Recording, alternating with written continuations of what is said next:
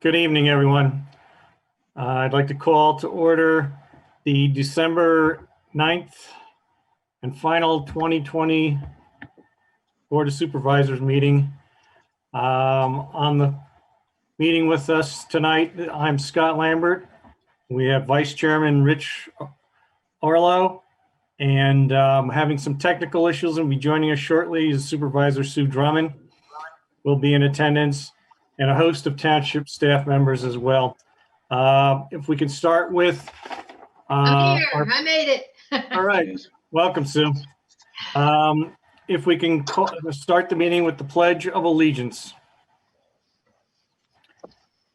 I pledge allegiance to the flag of the of the United United States of America and to the the republic for which it stands, one nation, God, under God, indivisible, indivisible, with liberty, liberty, justice for all. Thank you. There are a number of items on the agenda tonight, and we felt as though that it would be prudent due to time constrictions that we were going to, I wanted to notify you that we are moving item 4B pertaining to the Bishop 2. And we were going, I'm sorry, it was originally 6A, and we're going to move it to 4A. So we're going to move it up in the meeting for anyone who's following at this point in time. I'd like to announce that the executive sessions were held on November 24th at 1 o'clock for legal issues. December 3rd, we had real estate discussions at 1:30. Legal, personnel, and real estate were discussed on December 9th, today at 5 o'clock.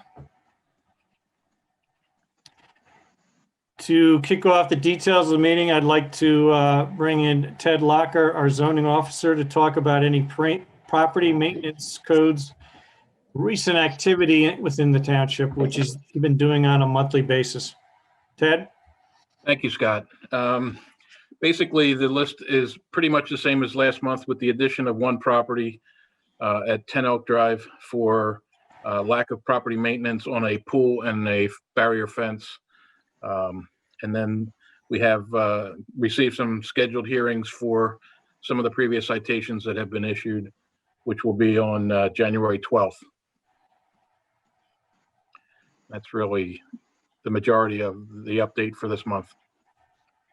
Okay. You're taking care of stuff, it looks like. Getting there. All right. I like that short list. Going forward here, I just want to let you know that Donna Weichert will be allowing people to come into the meeting on one-on-one basis. And if we cannot talk over one another, and Don, if you've got real specific details that you would like to talk about to help with the procedure. Sure. I'm just going to ask everybody to be patient tonight with this. We've got over 25 people trying to come on. The connection might be slow, but please raise your hand when you want to speak, and we'll unmute you. And I think that's really it, but be patient because with so many people on the screen, I can only see a certain amount of people at a time. So I'll get to everybody, in time. Okay. The other important point I'd like to make is that due to the constraints on the amount of people, we're going to be allowing people to talk for up to 3 minutes in this particular meeting. So we will start off with a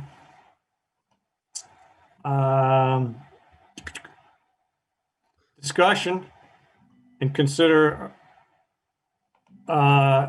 extension of time to render a decision on the Bishop 2 redevelopment Constitution Drive Partners LP preliminary land development and offer of extension through February 28th, 2021. I've preferenced by saying that we are actually moving this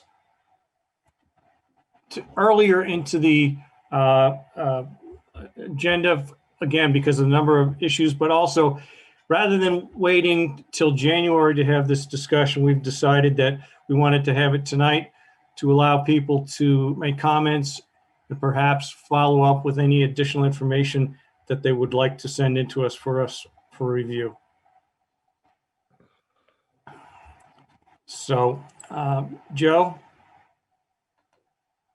are there any details? Yeah, at this point, I would just recognize the applicant's attorney, have them present what they'd like to present tonight, and then open it up for comment from the public. The public needs to understand, though, there will not be a vote tonight. We are just gathering information, seeking comment. The board will take it under advisement, and they anticipate voting in January, but with the extension of time, they have the ability to wait till February if necessary. But tonight's the night to make your ideas known so the township can consider them before taking any action.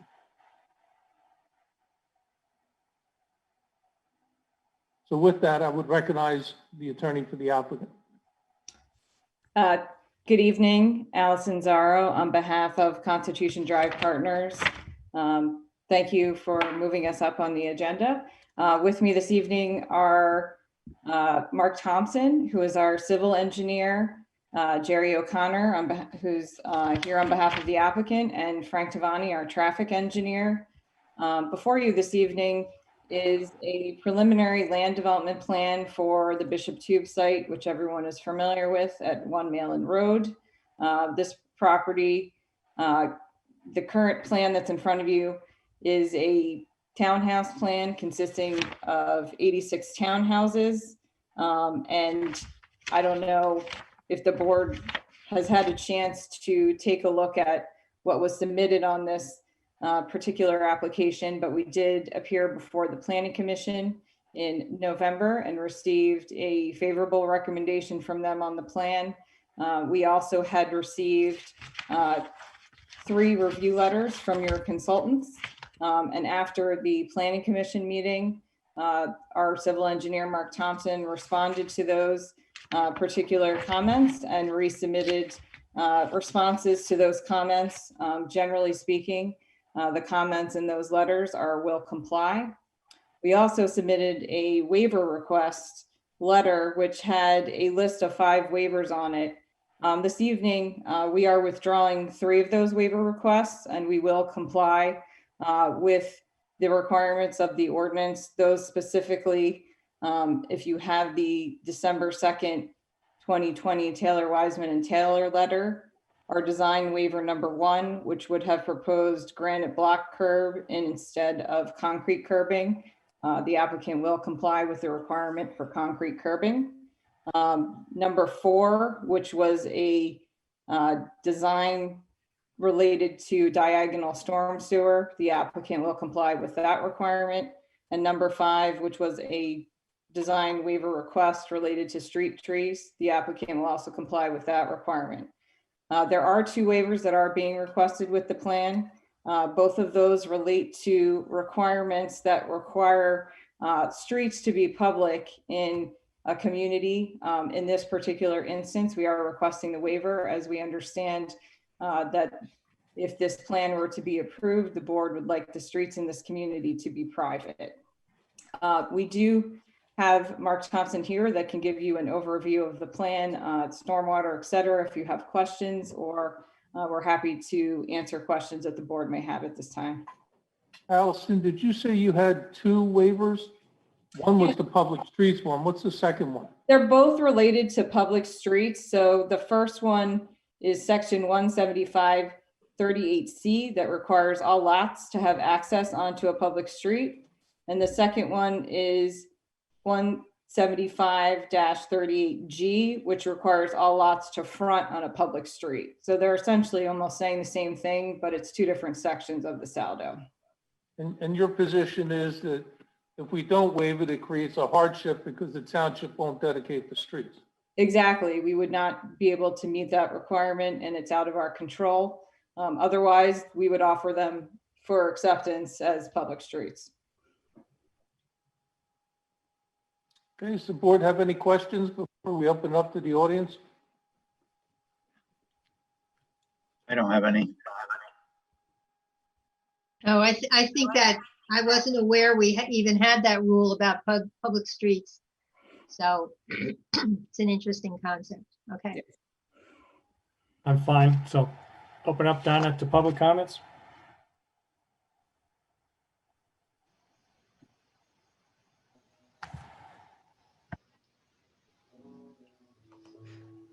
I don't see any hands yet.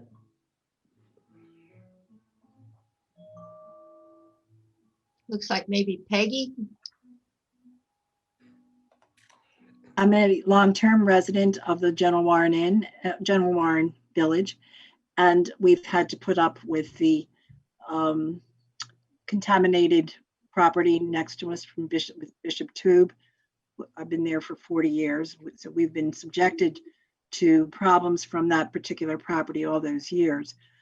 I know that it's a legacy issue and that you supervisors have inherited this and have tried to be very open-minded and fair-minded in terms of hearing us out and our concerns.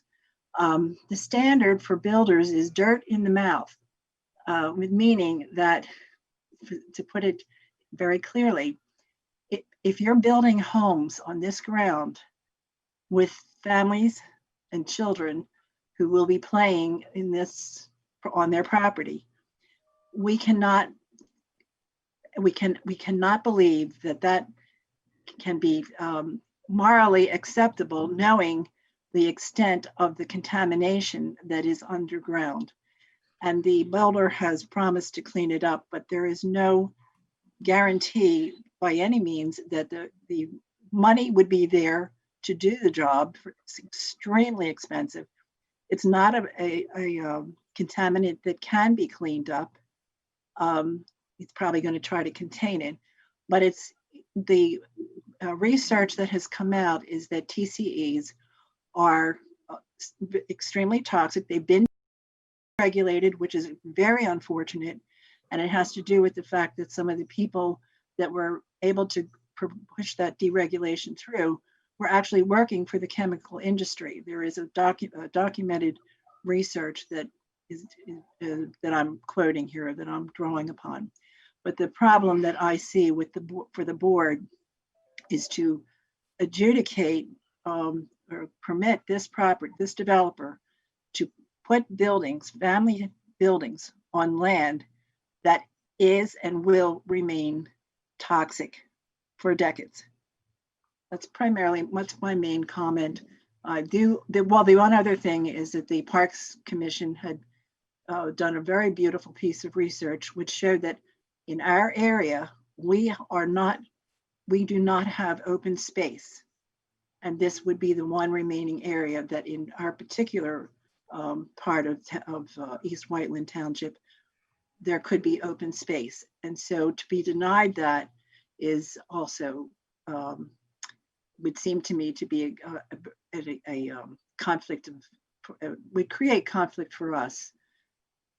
I'm sorry, I'm not as articulate as some of the other folks on the board, but those are the main points that I want to make. It's the contaminated land that cannot be cleaned up, and the fact that we will not be able to have open space once this developer gets approval. That's it. Thank you for listening. Okay, Steve Schmidt.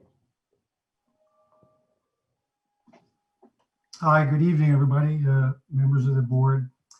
I had asked the township to send some information to the board that I'd like to refer to. I'm assuming you've all received it, as Zach indicated, he sent it on. I raised 4 questions in that material that I sent to you. And without reading word for word, I'll just kind of paraphrase. With regard to the first question that I proposed pertaining to Act 2, my question to the board is, how will the township ensure that the responsible parties and perhaps the developer, given that the purchase protection agreement is in some question as to whether it's in good standing or not, how will the township board ensure that the site is cleaned up to, as a minimum, Act 2 standards? if you approve this preliminary plan? I can answer that if you want. The zoning hearing board at our request issued a decision with several conditions. One of the conditions was not necessarily to get Act 2 approval, but to use the Act 2 standards as if they're getting Act 2 approval. If there is an approval of this plan, that condition will be part of the resolution. So that will be carried forward and will be held to Act 2 standards by the township. And the fine point on that, Joe, as you know, is according to the Act 2 information published on the Pennsylvania Department of State website, if the contaminated site is to be utilized for residential and not industrial or commercial, Act 2 is a minimum cleanup requirement. The materials that I read and that are published on the website indicate that the DEP would likely require greater cleanup standards than Act 2. So what is the board's position on requiring something going beyond Act 2? And you mentioned, Joe, that the board will hold the developer and the responsible parties to that level.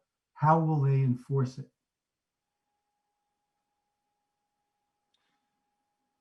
Well, it's part of the zoning approval.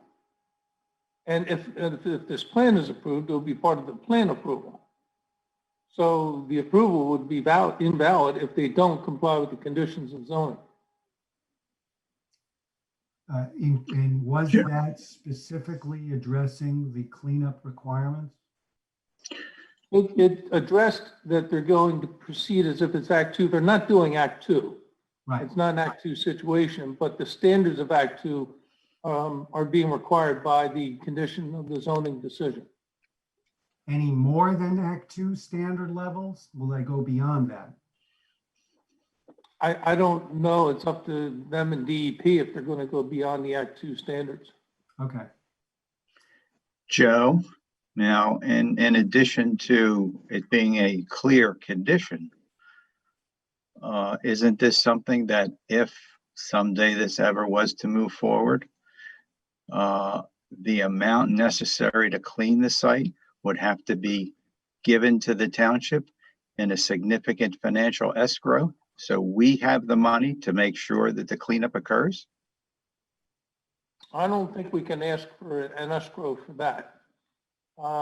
But we cannot issue any permits until the remediation plan has taken place and it's safe for human occupancy. So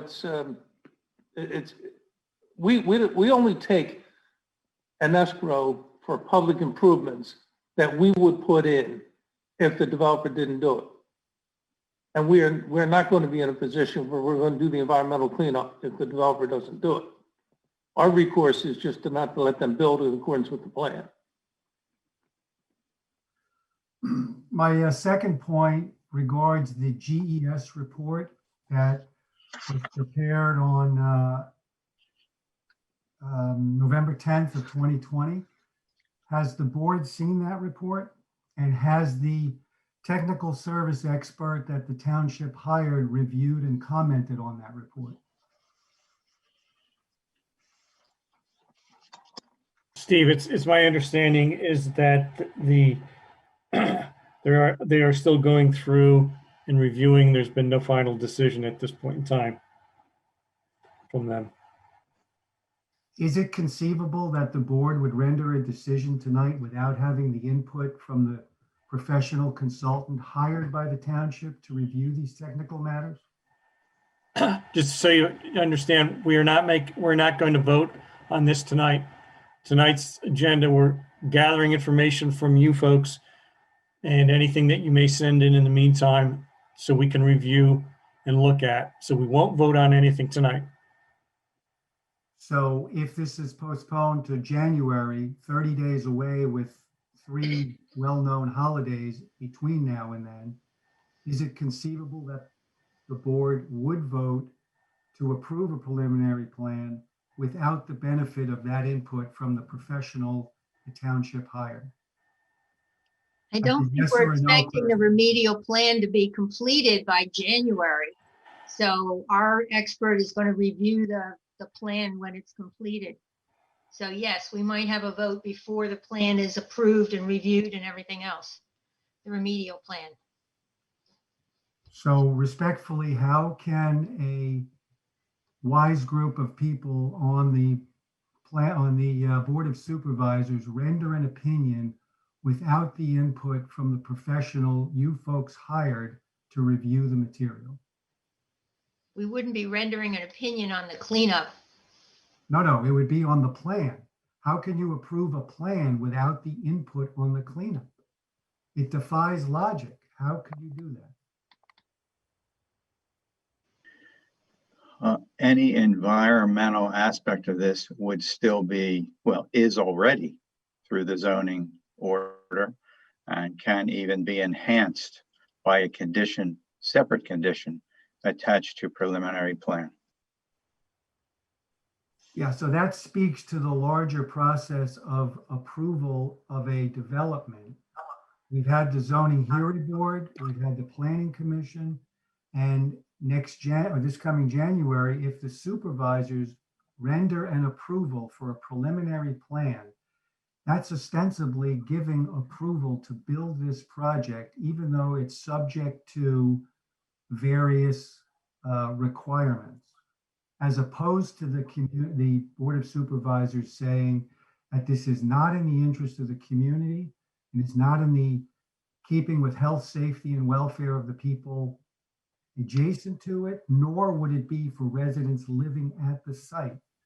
I'm just asking you to think about that before you make any decisions that are going to further the developer's daydream of building this facility. That is a simple, logical ask. Yeah, the river keepers have made that point well known to the board. They're familiar with that position and they're going to consider it if and when they take action. Okay, the third question I have regards the developer's site plan, which is a black and white with their individual townhouses overlaid on the site with the 3 hotspots noted, which I colored in yellow for you. Beyond that were a couple of maps noting all of the test wells that have been punctured through that ground over there. While the developer is required to remediate the 3 hotspots to a level comparable to or beyond Act 2, have you folks considered the townhouses that are going to be built over other test wells that have revealed carcinogens, and whether you will require the developer to go beyond cleaning the 3 hotspots to also clean those other areas where townhouses will be built on them? And it may be within your purview to ask that the site plan be overlaid on the test wells so you can see to what degree townhouses will be built over other contaminated areas in that parcel. I'm asking you to consider doing that so that you have full awareness of what is being proposed over lands that are beyond the 3 hotspot contaminated areas.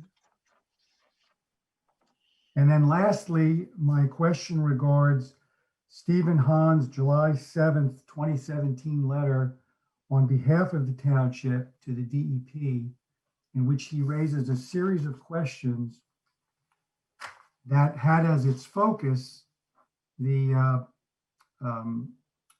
Purchase Protection Agreement, probably the PPA, which we know is in a state of question. However, he asks some specific questions that I could not find any response from the DEP to. And so I would like to know if the Township Board of Supervisors is going to hold off on rendering a decision for this project until those questions get answered. For Prospective Purchaser Agreement, PPA. I provided you all with a copy of that letter, and I highlighted some questions that I think are significant and should be answered, again, as part of your decision-making process. Has the township received a response to this letter written by attorney Stephen Hand? I spoke with Steve Hahn earlier today about that letter, and he has not had all his questions answered by DEP. So there still are outstanding issues he would like more information on. So respectfully, Board of Supervisors, there are at least 3 items that I think would form your decision-making that are not yet available and that may not be available by the next meeting in January. And so I think there's a dilemma here, and I would ask you to consider postponing any decision-making until this information has been provided, reviewed by the expert hired by the township, so that you can make an informed decision. It's one thing to approve the plan based upon the municipal planning code and the township regulations. You know, if A, B, C, and D are done, you have no choice but to approve it. However, there is an overarching responsibility you have to the health, safety, and welfare of the residents that live adjacent to the property and who may be living at the property. And I would think you want to take that responsibility very seriously when rendering a decision on a development as controversial as this. Thank you.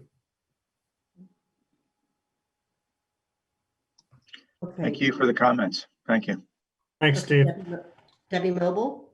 Hi, I'm Deb Mobile, 42 Village Way. To say this again, there's no plan for the cleanup, so there can be no plan for building. This is ludicrous to try and approve something when we do not know the variables involved.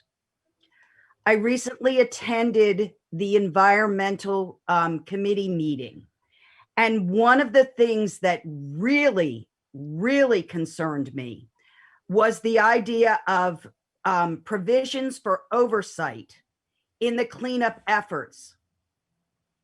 Should a cleanup plan be developed, there is nothing that the DEP does to oversee that cleanup. I want to know who's going to oversee it. I quite frankly don't trust the builder because nothing personal, don't even know the group, but they have a monetary stake in it. I have a life stake in it. I live here. They don't. So who's going to oversee it? Who's going to pay for that overseeing?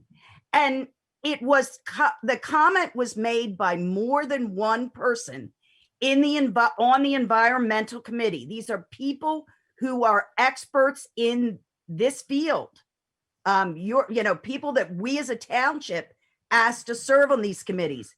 They found it hard to believe that any company would take the risk to oversee such a project, considering the liabilities, the legal liabilities that they would face overseeing another builder's work that way.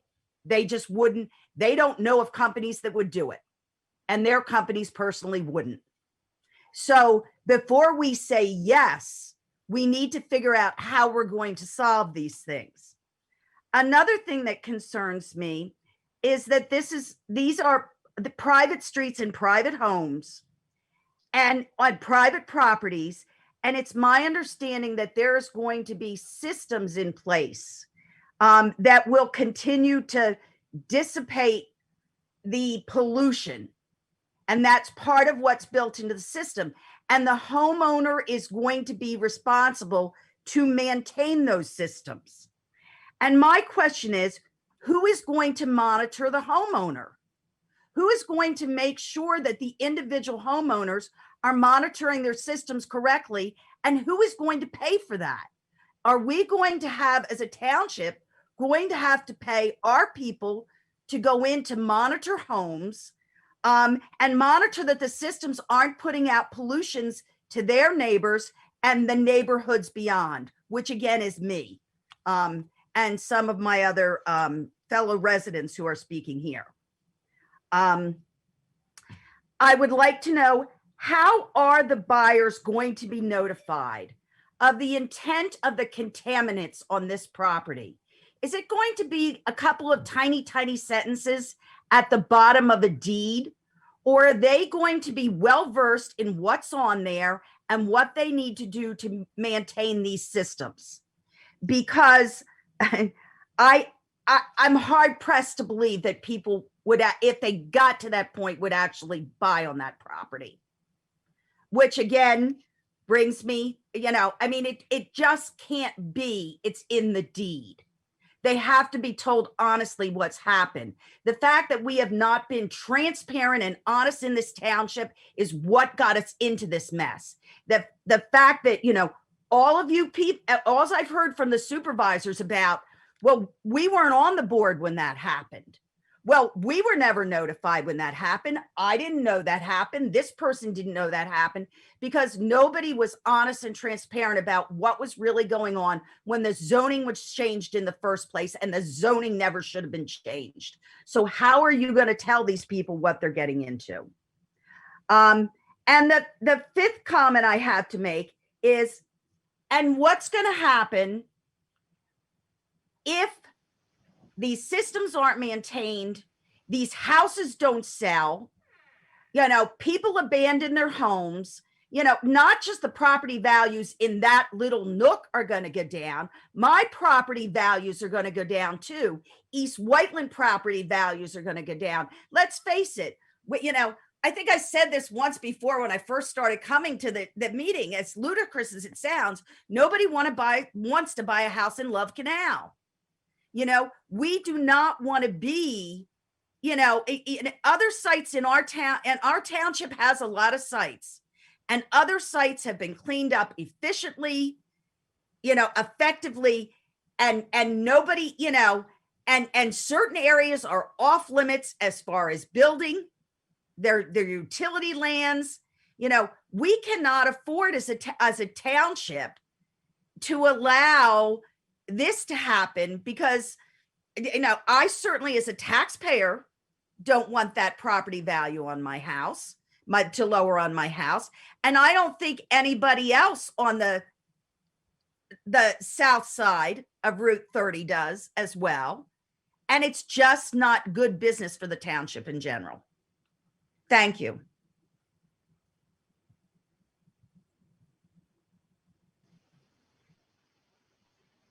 Anyone else, Donna?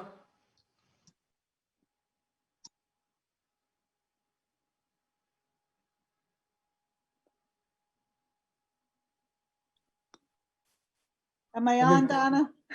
Okay, thanks. I'm with everything that's been said so far with my neighbors.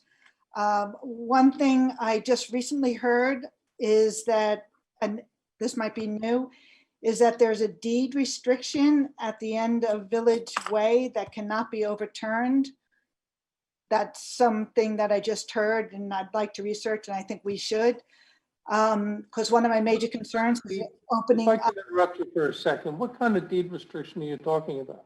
I don't know, and this is what I mean. I just want to put it out there for maybe the supervisors to research, and we'll research as well. I'm not sure.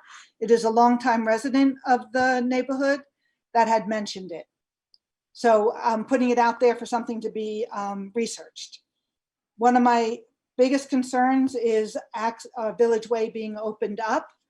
And not only if this building does not happen, but also if the oil trucks will still continue to go through Malin Road. One of my big concerns is the bridge that was built in 1915. And if that ever needs to be repaired, what that means to Village Way, with or without a development, but especially with the development, because emergency access would possibly be Village Way. And I agree with everything that my neighbors have just said about the toxic site. And as you know, my daughter's a survivor of brain tumors, and the health and safety of my children and future generations are really important to me. And I think it's unconscionable, again, that this building is potential. That's it. Thank you. Okay. Thanks, Okay, Kathleen. Maya Russum. In Russum, sorry, excuse me. No, thank you. Hi, my name's Maya Van Rossum. I'm the Delaware Riverkeeper, leader of the Delaware Riverkeeper Network. And as you know, we have many members that are in the East Whiteland Township community and other communities that will be impacted by your decision on whether or not to allow this development project to move forward. It seems like at this point, you are faced with a choice to approve or deny, whether it's tonight or it's in January. And when faced with that choice, you really have no option but to deny. Denial is supported and actually mandated by the Township Code and by the Pennsylvania Constitution, and your responsibilities to implement those fully and fairly. And I mean this with all due respect, but I know that you are likely feeling threatened by the developer that if you deny this project, that you will find yourself in court. And perhaps that is impacting your efforts to try to find a way around this conundrum. But I think it is important for you to realize that the converse is also true. If you approve this development project at this time based on the current state of the facts and the knowledge and the science, you will still find yourself in court because you will be leaving the Delaware Riverkeeper Network no choice but to legally challenge your decision. So the threat of litigation, if that is in any way, shape, or form, and I am making an assumption there, but if it is in any way, shape, or form, if it is in some way driving your decision, it is not a good excuse for making the wrong decision. I think it's important to note that the township responsibility to fully and fairly and properly implement the law, the Township Code, as well as your obligations under state law and the Constitution, your responsibility is independent of that of the Department of Environmental Protection and the state. You must comply with township ordinances, and regardless of, again, that obligation is separate from what DEP is doing in their silo. You are responsible to do a full and fair review based on full information, including all applicable science, all applicable facts, and the potential ramifications of the choice that you're about to make. And at this point, you can't fulfill that obligation. You can't fulfill that responsibility because at this point, if you give an approval, you're approving an unknown project. The papers that have been put in by the developer are just his wishes, his hopes, and his dreams for the site. It's not an actual plan. There can be no actual plan to assess and evaluate until the DEP assessment and remediation plan are finalized. And as we all know, that is not going to be for a while. At this point, there is no final DEP evaluation or remediation plan. We're still waiting for a draft. We're still waiting for the rigors of scientific and public assessment to come to bear on what is proposed and for that plan to ultimately be finalized. And so as a result, tonight, January, you are literally being asked to approve a land development plan for which you do not yet have an actual application, right? You just have somebody's hopes and dreams. Now, you say that you're not rendering an opinion on the DEP final remediation plan without the input of your hired expert, but in truth, the way you're staging this project, you are in fact rendering a decision. You're rendering the decision that you agree with the DEP that the plan that they ultimately come out with is fully protective and appropriate. And you're rendering that decision now before your expert consultant has had an opportunity to review the DEP's plan and give you feedback. And that's because the plan doesn't exist. So contrary to, I think, what you said to Mr. Schmidt, you actually are predetermining your decision on DEP's proposal. I think it's very important, contrary to what I've heard at various public meetings and at the Planning Commission meeting. I think it's important to note that the DEP is not considering this development proposal as it assesses the property and the appropriate remediation. that should happen there. So your reliance on the DEP regarding this project is simply irresponsible. As the DEP conceded in its Commonwealth Court filing as part of the litigation that they are in with the Delaware Riverkeeper Network over the Bishop Tube site, the DEP said, quote, "The department is not responsible for reviewing such land development plans, which is the responsibility of the host municipality. These land use plans are preliminary and not approved by East Whiteland Township, and the department has not received work plans for remedial activities from CDP that require the department's review since its 2016 Industrial Sites Reuse Program grant application, which it abandoned." And I can tell you that DEP has told me, I've shared with them various iterations of the development proposal, and they've said to me, this is the first we've heard of it, especially when the plan was resubmitted, I think a number of months back. And so given all of this, you really have to wait and see what the DEP decides and requires before you assess this development project, before you assess whether it complies with your legal obligations, and before you determine what additional requirements you may or may not want to place on a project before you decide whether or not to approve it. It's just not good enough to in any way, shape, or form say that you're going to rely on some future unknown decision, action, or activity by the DEP or by the developer. Saying that there's going to be a future obligation through a condition to comply, through a condition of the approval to comply with Act 2 standards is simply setting up another battle for the future and just, kicking the can down the road.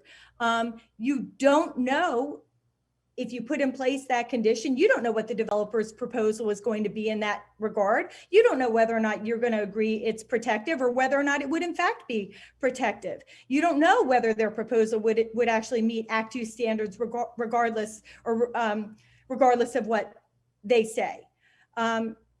Act 2 and full compliance with the law can be a very technical assessment, and it simply does not make sense to leave this kind of serious matter to some future unknown proposal based on, a conditional approval today.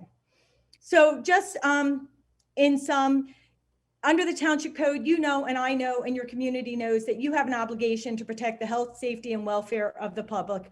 Under the Constitution, you have a duty to protect the environmental rights of the people of the community and to prevent and remedy the degradation, diminution, or depletion of the public natural resources, which includes groundwater and surface water, as well as wetlands. You cannot demonstrate you are fulfilling these public duties with the facts, the information, and the proposal that is before you. If you were to grant an approval. And so if you do grant approval, it would be very clear that you would be doing so in violation of your oath of office to uphold the township laws, the laws of the state, and your obligations under the Pennsylvania Constitution. And so I really hope you will take all of that into serious consideration and that you will deny this project.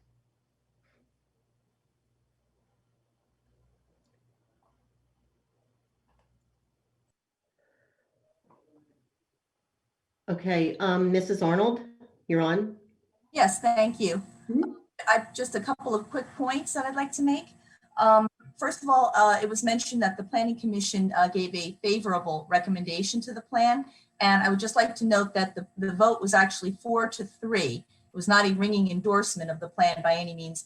And several members of the Planning Commission expressed concerns in particular regarding traffic, despite the fact that a traffic study was done. A couple of them said, we did a traffic study at Atwater and there are problems there now. So the Planning Commission was not overly enthusiastic about the plan. I want to make sure that's on the record here. Second thing is also at the Planning Commission meeting, they reviewed a draft of the Parks, Recreation, and Open Space Plan, the PROS plan. And that plan has numerous areas where it bolsters our argument not to develop that property.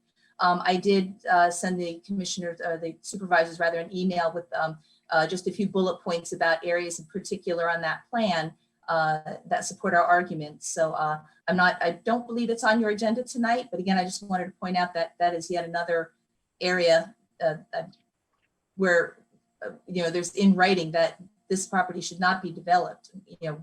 Our group would prefer that it be remain as natural open space. But if it would have to be a recreational area, that would be great too, because again, as the plan points out, this area of the township does not have any open space nor recreational space. Third, I just wanted to say, it sounds, it's been reiterated here, it sounds like you guys want to just okay this plan and then worry about it afterwards. So, my question is, why can't we postpone the decision on the development plan now until the ongoing studies remediating the property are complete? You said you wanted input from the public. Everybody tonight so far has been saying, please don't do this. So I really hope that you are listening to what we, the citizens of East Whiteland Township, have to say about this.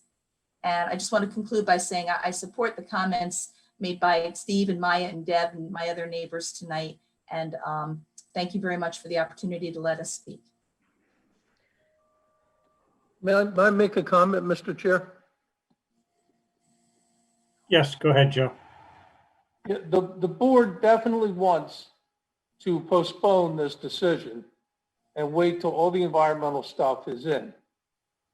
But the applicant will not give an extension of time beyond February. So the applicant's forcing us to take a vote of yes or no. So the option of waiting till all the information is in is not an option. We either have to vote yes with conditions to protect the environmental issues, or we have to vote no because we don't have enough environmental information.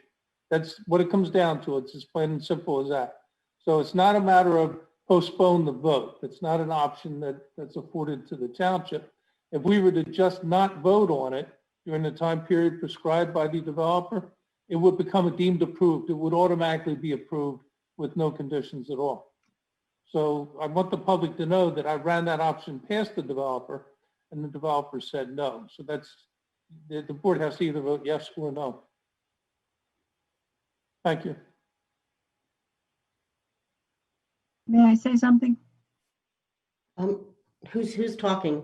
It's Peggy Meros. Okay, go ahead. Sorry, I Let don't, somebody else in. Okay, go ahead. just quickly, wouldn't that indicate if the developer is not willing to wait until all of the information is in, what does that say about the developer's intentions?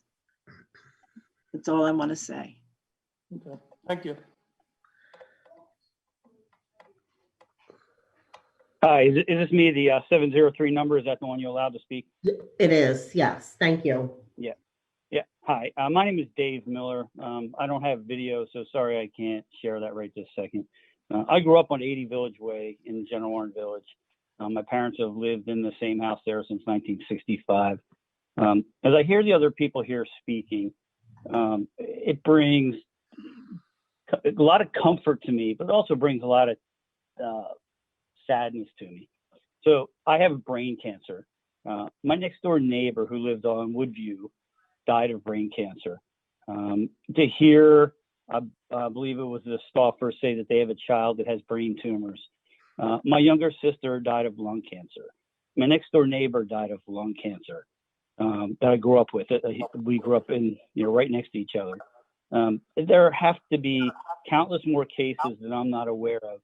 So I just wanted to bring some bring this to light to you that you are dealing with reality here of people's lives. I don't think, it doesn't seem to me like anybody's really understanding how bad it was there, how bad it is there. What you're dealing with here is life or death. I don't want to see anybody else have to go through what I'm going through. My family has gone through, other families have gone through. Sure, they say they're going to remediate it, they're going to clean it up. But we have no idea to what level that can be.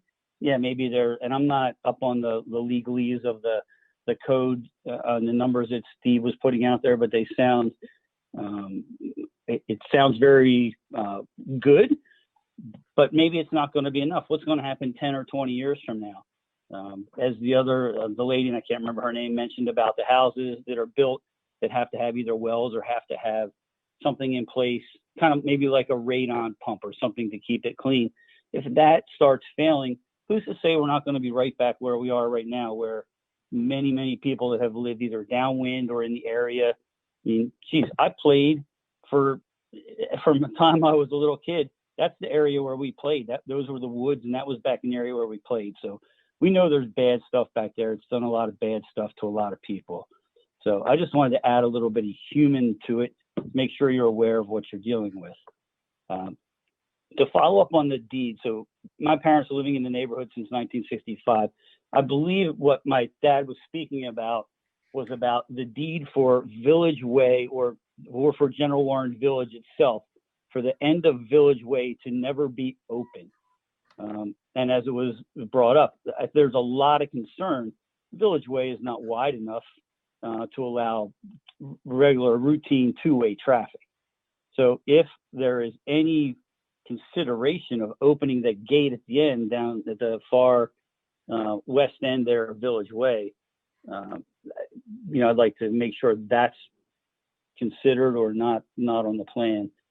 And I guess that's really it. So thanks for listening, but just keep in mind you could be potentially creating a lot more issues and people that are having to deal with the kind of thing I am for the rest of my life. And I've seen too many other people not make it. So thank you very much. Thank you. JP, would you like to say something? Not just yet. Okay.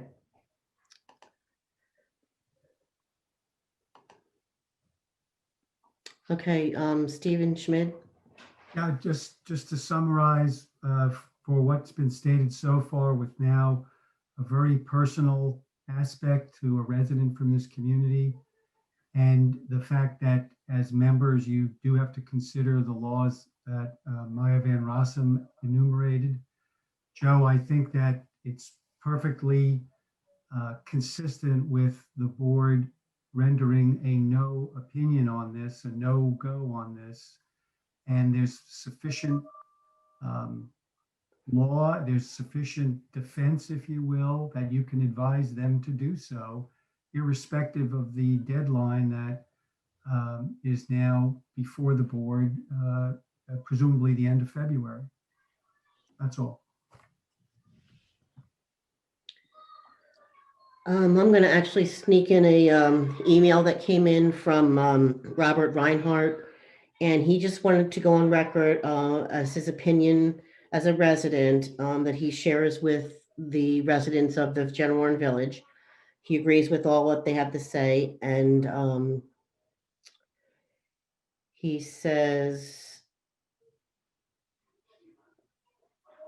I'm kind of summarizing because he says a lot of the same things. He says that the traffic is going to be an issue, not to mention the contaminant sites, not to mention the issue of increased cost for extra schools.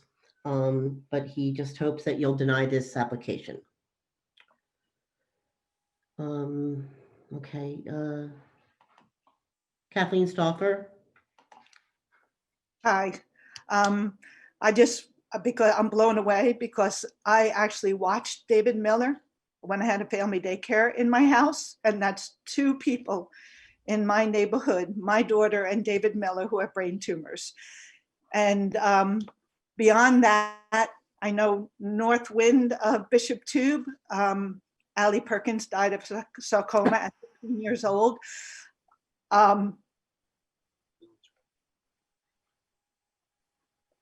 I'm really upset right now. And the health and care of our children and our neighbors is so much more important than this development.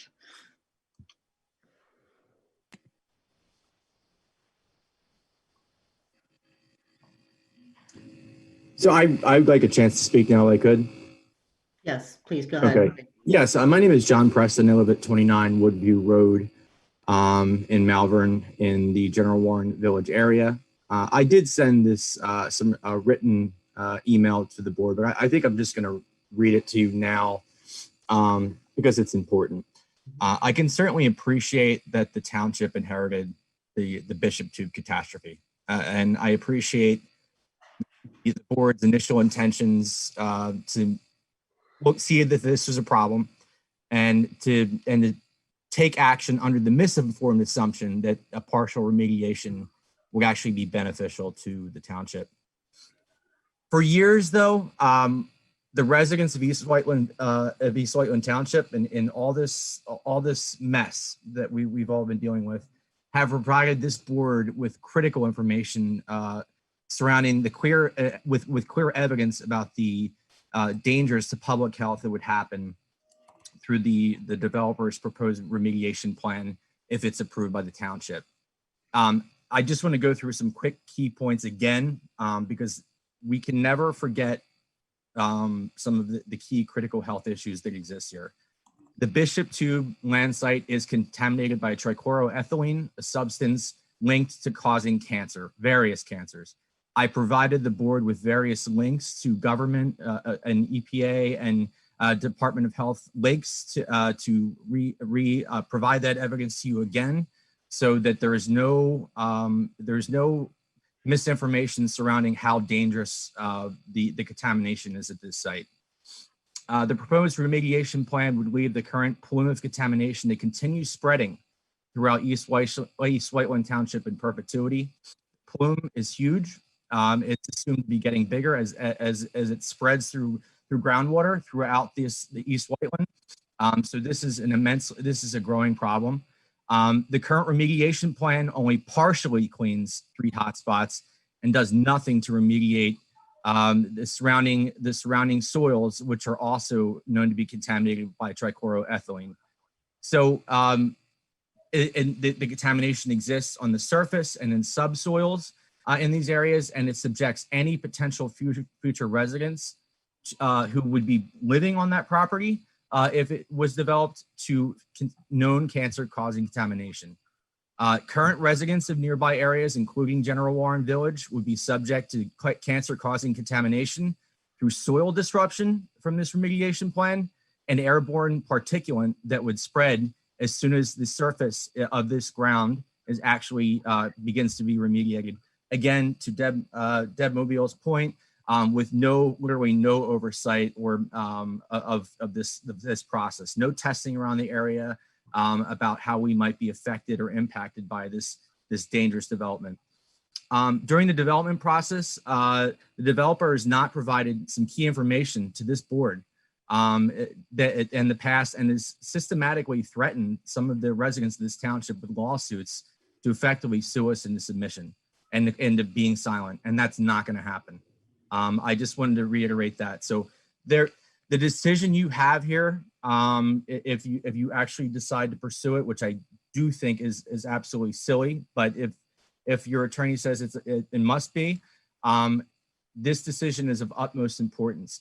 Can the board really live with itself if it approves a partial remediation plan that results in young children being exposed to and dying from exposure to contaminated soil? Can the board live with itself if any residents are exposed to cancer-causing pollutants just to avoid a bitter legal battle with a developer who's frankly just seeking profit through a development? I can assure every member of this board that the residents of this community will never accept a decision to move forward with the developer's remediation plan or development on this site. We will vote and pursue fellow voters in this township to ensure that we have members in this board that represent our needs. We politely ask that you make the right decision and reject this proposed remediation plan and development. The residents of this township will work with you and the DEP to find a more suitable solution. And we can only come to that point when this proposed remediation plan is put behind us and we can start with a clean slate. There are opportunities out there to find a better solution. And I encourage the board politely to please vote no on this plan. Thank you. Thanks for reading that. And I did actually pass that on to the board, just so you know, your email. Jill Holslaw, you're up. Hello. In addition to Dave Miller and Larry and Kate's daughter, I just want to add one more to the list with brain cancer from Spring Road. And that would be my sister-in-law, who grew up on Spring Road, who played in those woods as a child.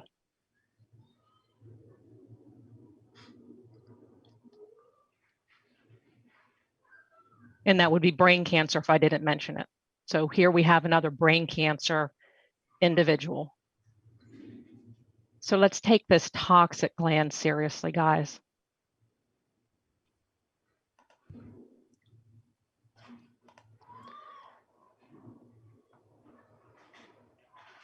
Okay, I have an email I'm gonna throw in here also from Ricky Saccone, Sam and Ricky Saccone at 67 Village Way. Just wanted to go on record that they're in agreement with their neighbors that they do not want this approved.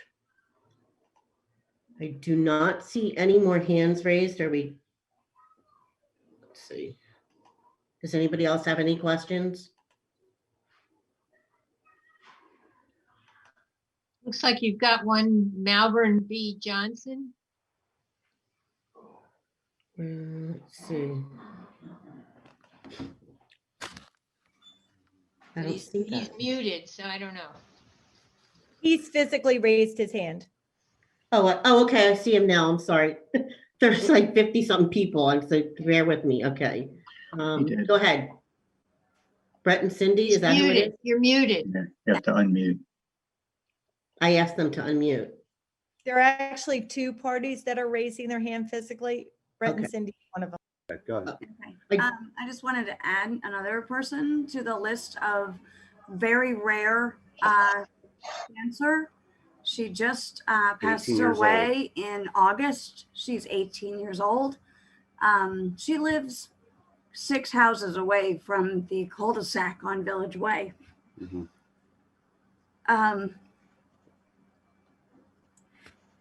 We have a 12-year-old and a 4-year-old who play in our backyard happily. They will never step foot on Bishop 2, but We don't know what's coming this way.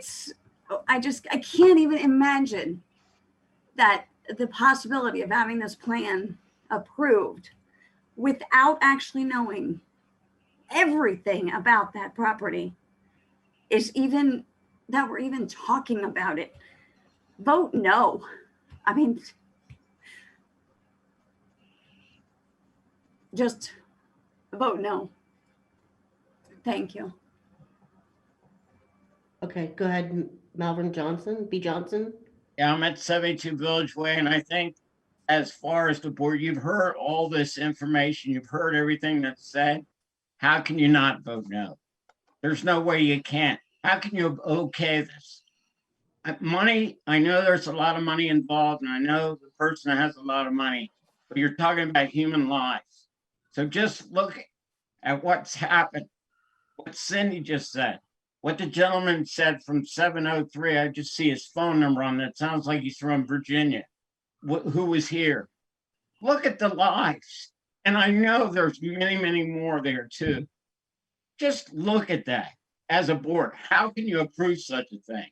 And that's all I have to say. And I agree with you 100%. Stevie did an outstanding job, and JP did an outstanding job, and Maya also.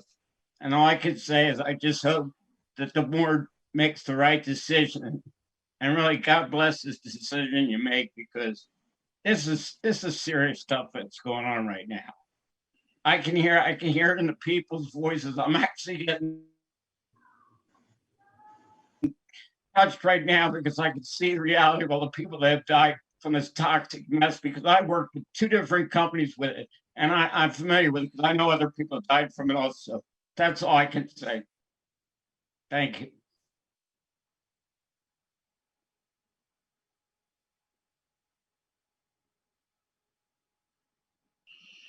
Thank you. I don't see any more hands raised.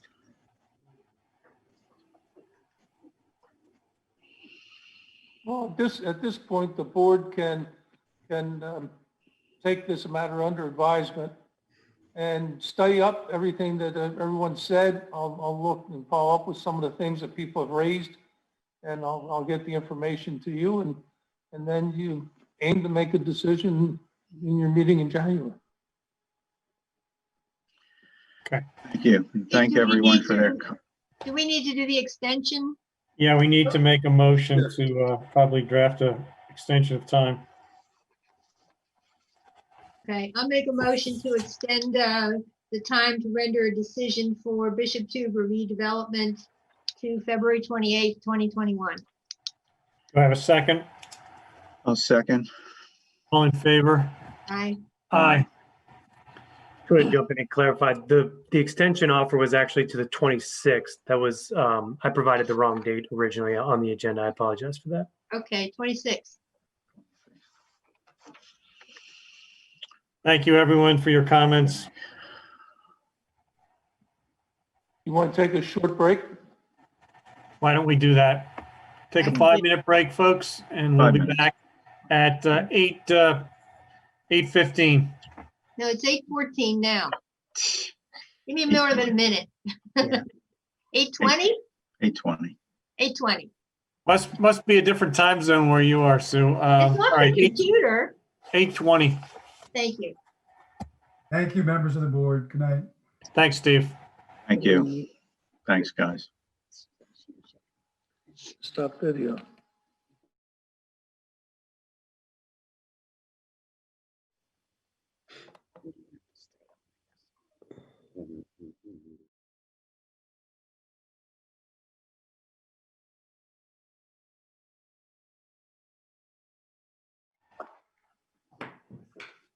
Hello, everyone. We're reconvening back into the meeting, which was, I took a brief recess. So we will be heading back to item 4A for those that are following the agenda. And at this point in time, there are discussions pertaining to and actions to the board motion and resolutions pertaining to 4A. John Nagel, if you can talk about the approving the 2021 final budget.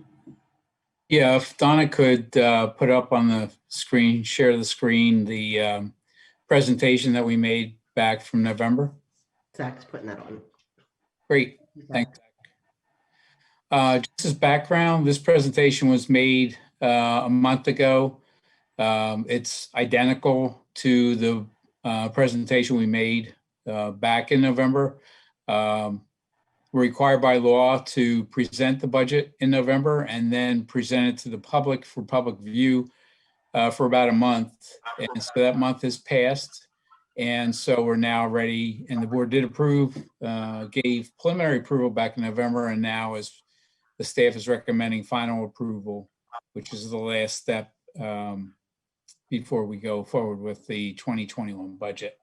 I'm not going to go through each of the slides. If anybody from the audience has any questions or the board has any questions, I'll be sure to entertain those.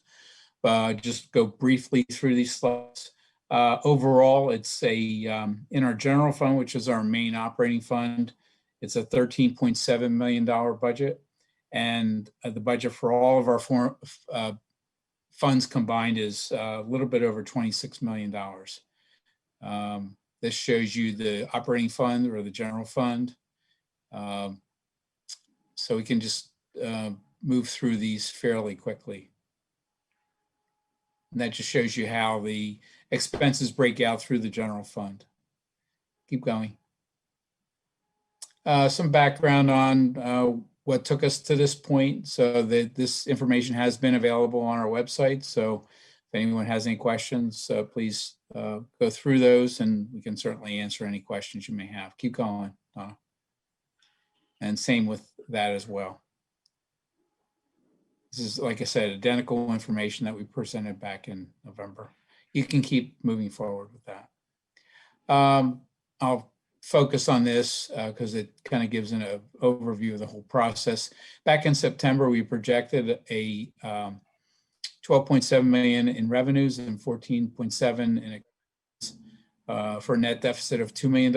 As of November, we identified additional cost savings that reduced our net deficit to about $1 million. Through the rest of this year and throughout 2021, staff will be identifying further cost reductions to help reduce our net deficit even further. And let me just point out before I get into anything with respect to this slide is that if and when the board approves the final budget for 2021, these are just appropriations, not approving certain projects that you can see on this slide and in some other areas we have either capital projects or park projects. Those projects will come back to the board in a formal public meeting for the board to consider approval for those specific projects. Tonight, all we're asking the board to do is fund the appropriation or the funds for that project. This is money that we've reserved over time. It's about the same annual value as a year's worth of operating funds in case we have a rainy day. And I think we've had one hell of a rainy day this year. So in the event that we're going to need any supplemental funding to make ends meet, that's what we have these monies for. In the event that we're able to successfully go through without tapping into this money, then there would be potential use for the things that are outlined in this slide. So you can get a next slide. That's really it. We'll be revisiting what's not on the slides that I mentioned already, is that the plan is, and the board has agreed to this, is that we'll revisit the budget in April and May of next year. We'll know better what our earned income tax collection numbers are going to be by that point, with people filing final returns next year. So we're hoping that we can weather this storm and not have to make any major adjustments to our 2021 budget. So with that, I'll turn it back to the board for any comment or questions. Yeah, just one question. We're still, it looks like we're still tracking a surplus for 2020 of about $500,000. That's correct. Our earned income tax collections will project to exceed our budget, and we've deferred some hirings that are in our 2020 budget. Okay, so in theory, that could be applied against the $1 million deficit for 2021. That's correct. Okay. And then point out, as in every budget the last few years, the largest expenditures have been the salaries and benefits associated with employees. Yeah, we have 3 labor contracts that take up most of the workforce in our organization. And so those contracts have been settled, and those numbers are incorporated into the budget. Okay. Any comments from the public?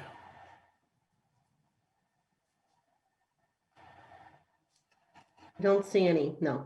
Okay. Not hearing any. Rich, could you make a motion to approve the budget?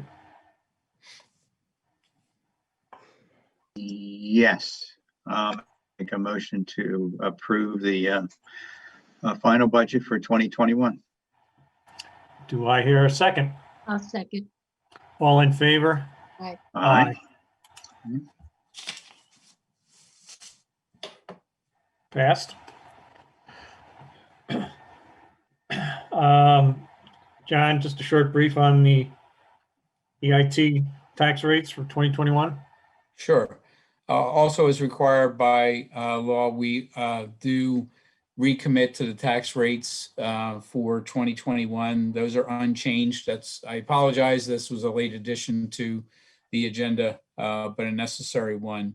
And just for the public and for the board, our rates will all remain the same. Our real estate tax is 0.445 mils. That remains unchanged for a long time.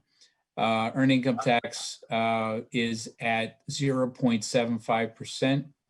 The local services tax is at $52 a year, and the transfer tax is 0.5%.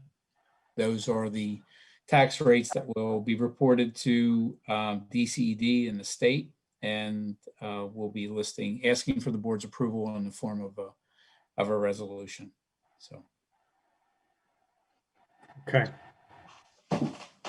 Any questions from the public on that? Nope. Okay. Sue, can you make a motion on B? I'll make a motion to approve the tax rates for 2021 unchanged. Rich, do I have a second? Second. All in Absolutely. favor? Aye. Aye. Passed. Okay.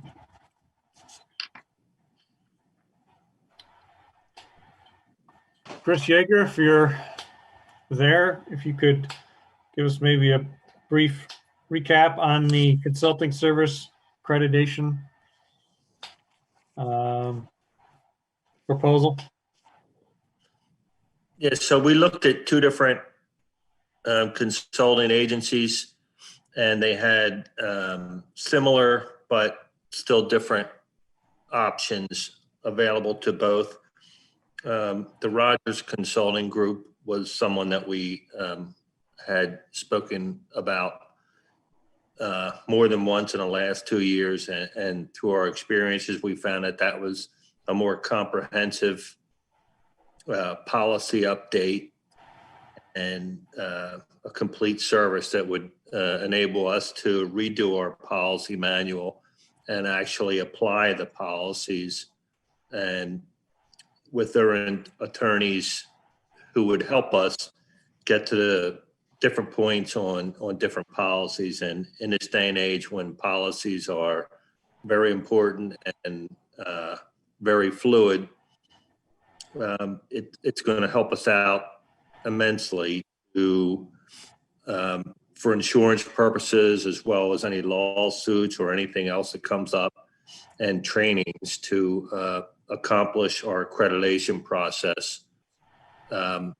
faster and hopefully at a better understanding by everyone involved. So that's basically what this Rogers Group does. It's a $30,000 investment, but when you look at the cost for not having an up-to-date policy manual along with all the trainings and everything that go with it, then it's not expensive at all.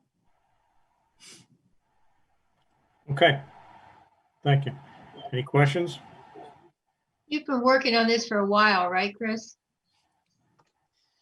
Yes, we have. Like I said, we narrowed it down to like two different groups, and this group was more comprehensive in that will be able to step in and help us basically hold our hand the entire time and work back and forth with our policies so that we have input and they have input. But you've been working towards accreditation for a while. You're not just starting out. You've been working on this for a while. Yes? Oh yeah, we're kind of deep in, excuse me? You've been doing this, you've been working on Yes, we're accreditation for a while. It's not a quick process. No, and we have what they call powered DMS, which is like a computer system that goes along with it, which we're able to push out orders and directives and things like that to the rest of the officers, and they acknowledge them electronically and send them back to us. So that was another big part that the board approved and Mr. Nagel approved about 1.5 years ago, and we spent all of this year getting that underway. Good. So yes, it is a process. Chris, what's the time frame to complete this consulting engagement? According to their time frame, if they begin it on January 21st, and they plan on ending it on January 21st of 2022. So we're assuming it's going to take about a year. I would like to push it up a little bit faster than that, but we'll see how it goes. Okay. Okay. Okay. Any other questions? Rich, can you make a motion, please? Yeah, I'll make a motion to approve the police consulting services for accreditation engagement with the Rogers Group for not to exceed $30,000. Sue, do I have a second? Second. All in favor? Aye. Aye. Aye. Passed. Thank you. Next on the agenda, I'll note that this is for a zoning, advertise a zoning hearing amendment pertaining to off-premise signs. Upon approval, it would go to the Planning Commission in its next step. Are there any questions pertaining to that? There is, there is actually a question that came in through email. Okay. It's from Tim Caban, and it says, what is this about? Why would you be settling with the billboard company, and how does this benefit citizens of the community? Well, at this point in time, in our judgment, there are 2 locations that are being discussed rather than 3 potential on the original plan.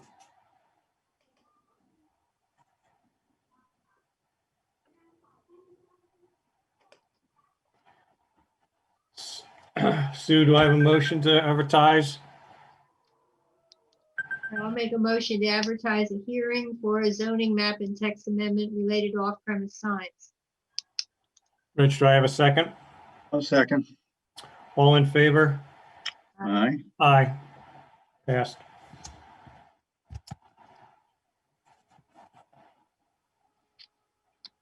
And the related matter to this is, Sue, if you could make a motion regarding the settlement agreement.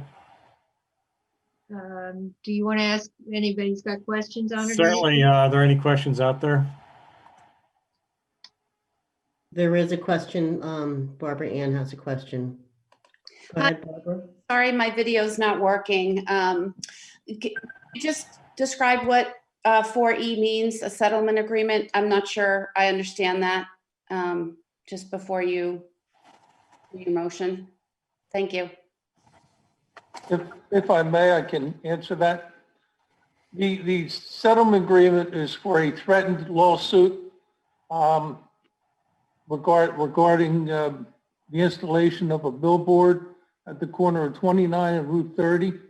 And in exchange, the 3 pending conditional use applications for billboards all along Route 30 would be withdrawn. The settlement stipulation, after it's signed by a judge, would withdraw those 3 conditional uses and permit the one on 29 and 30.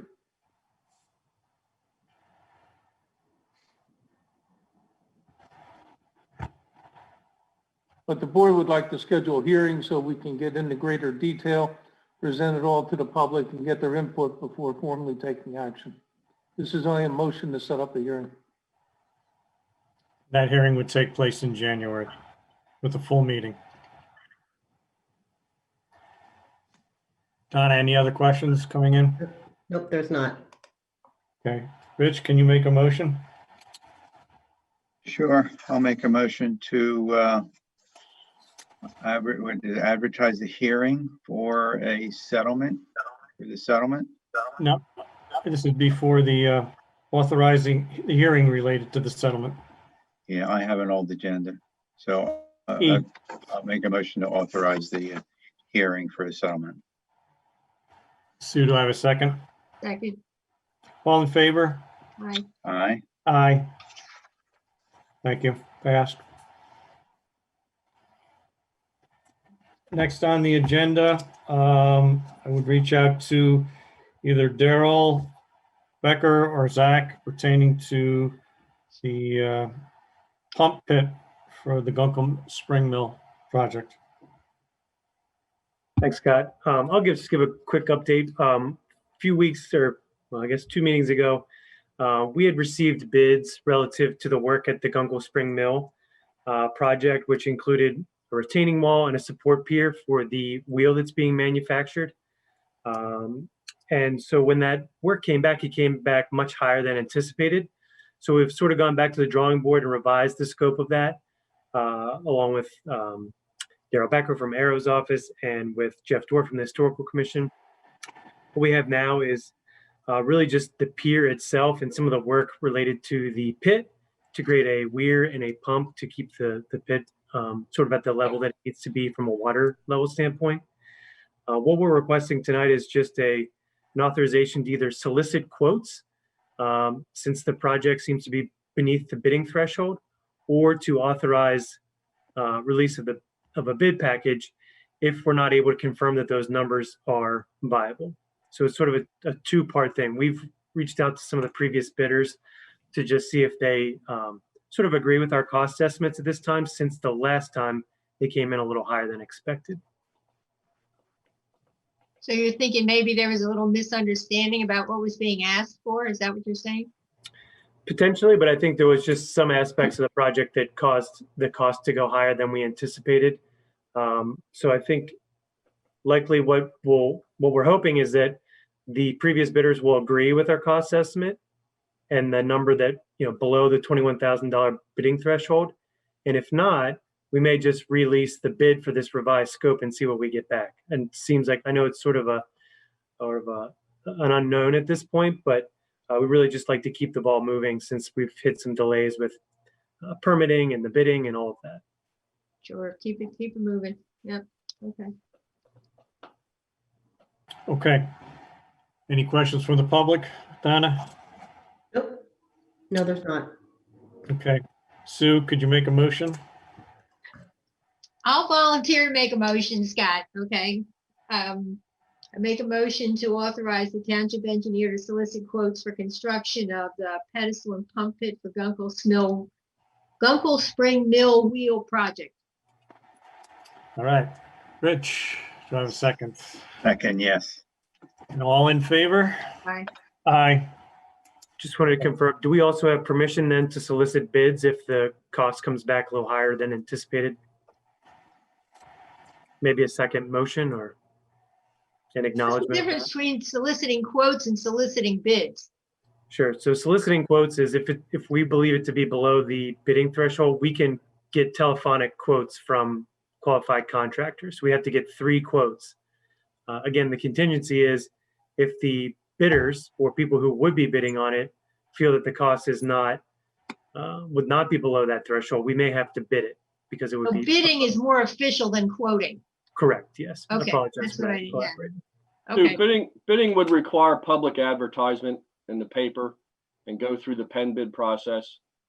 Soliciting the quotes, we just get, as Zach mentioned, 3 quotes from contractors. We don't have to go through the bidding process. okay, all right. I learned something tonight. Thank you. I should have just had Daryl explain it. I apologize.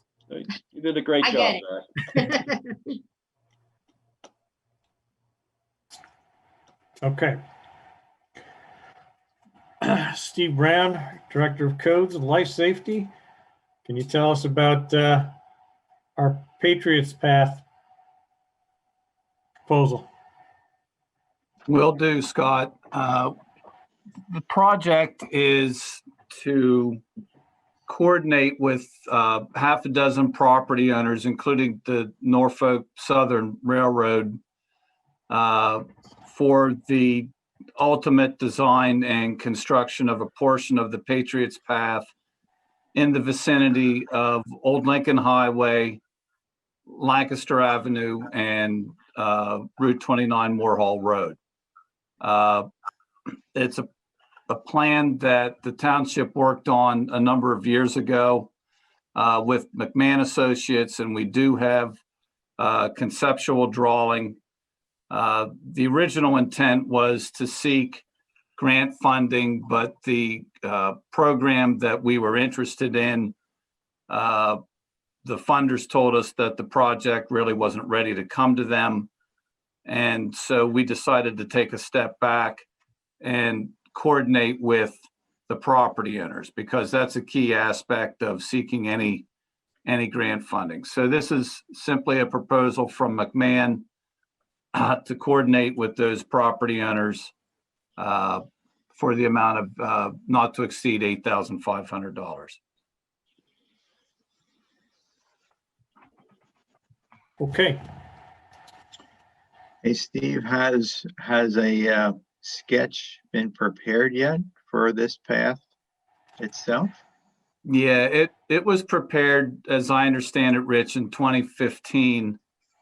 And so we are going to update that. Well, McMahon is going to update that that sketch a little bit and some of the text, some of the narrative that goes along with it. And then that's going to be presented to the property owners. So most of this proposal really is a series of conversations, meetings, follow up with these various property owners. And the relevant property owners are Norfolk Southern and the adjacent office building and the adjacent retail on either side of the bridge. I Yeah, guess. And the hotel there and, yeah. Hotel. CubeSmart, Meridian Bank, Holiday Inn Express, the court at Malvern, Norfolk Southern, and the property at 49 East Lancaster Ave. That's the That's the office building at the Signal, right? So this doesn't just run along Lancaster Avenue, this sketch, this runs up Old Lancaster Avenue also. Up the hill a little bit. I don't know, Yes, does it go in the corner or does it go up the hill? It goes up the hill a little bit on the CubeSmart side. CubeSmart does have sidewalk on the street there, but there's a gap between their sidewalk and the Signal. So we have to fill that gap and create a crossing to get it on to the north side of Lancaster. Then it has to run along, I guess it's Del Val's property, underneath the railroad overpass, and then ultimately down to the corner, basically. Yeah, the sidewalk under the railroad overpass is in horrendous shape. Yeah, that'll be Terrible. a challenge. Yeah. That'll be a tricky part, yeah. Yep. Yeah. Okay. Oh, yeah. This is not an easy project. Okay. Okay. Any comments, Donna, out there? No, there's not. Okay. Rich, I guess you're up for a motion. Yeah, I'll make the motion to approve the coordination with property owners along the Patriots Path by McMahon Associates for $8,500. Sue, do I have a second? Second, All in favor? aye. Aye. Passed. We're on to item 4H, pertaining a motion to advertise. I will ask John Neal to give us an overview on the crushed stone purchase. Exciting stuff. I'm surprised you're not talking about salt. No, not salt. We're in good shape with salt. This is our annual bid. We're asking for permission to advertise for bids for the crushed stone that we use over the course of the year. It's a routine that we do every year. All right. I'll mention that John is Director of Public Works out there. Sue, would you like to make a motion for this bid? Make a motion to advertise bids for 2021 crushed stone purchase.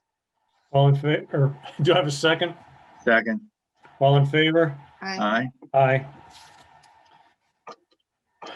Aye. Steve Brown, you're back again for the Backton Hill Phase 1 bid documents.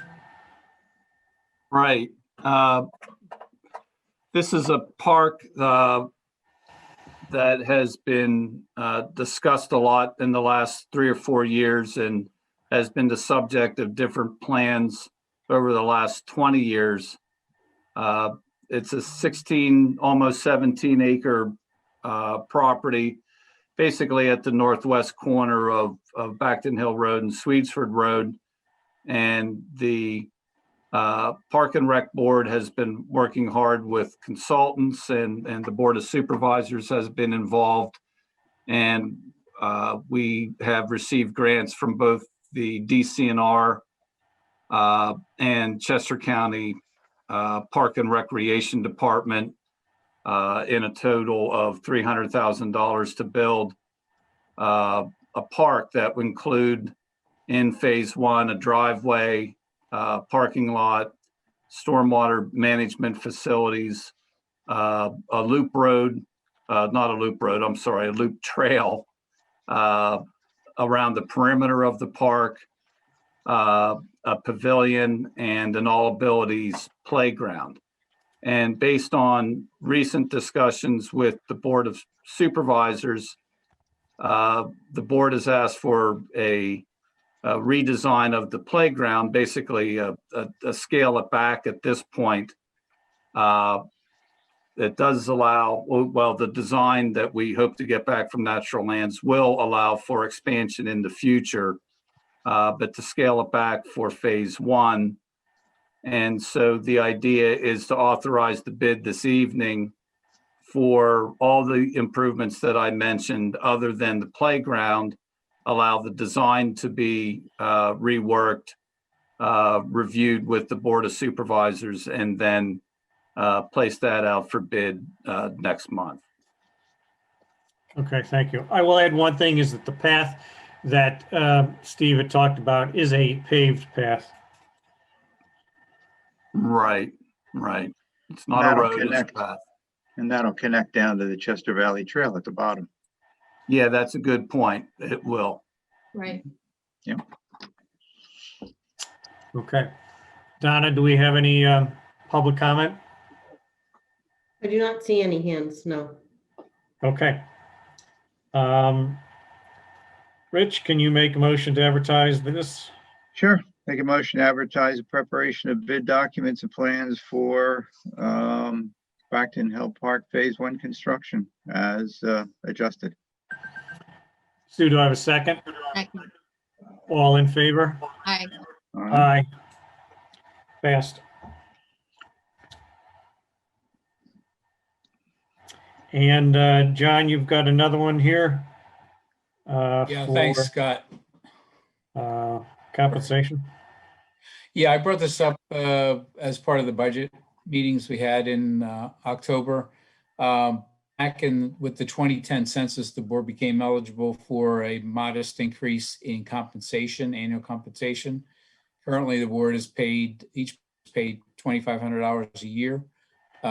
With the change in population from the 2010 census, that created an opportunity for the board to be eligible for $750 a year increase to $3,250.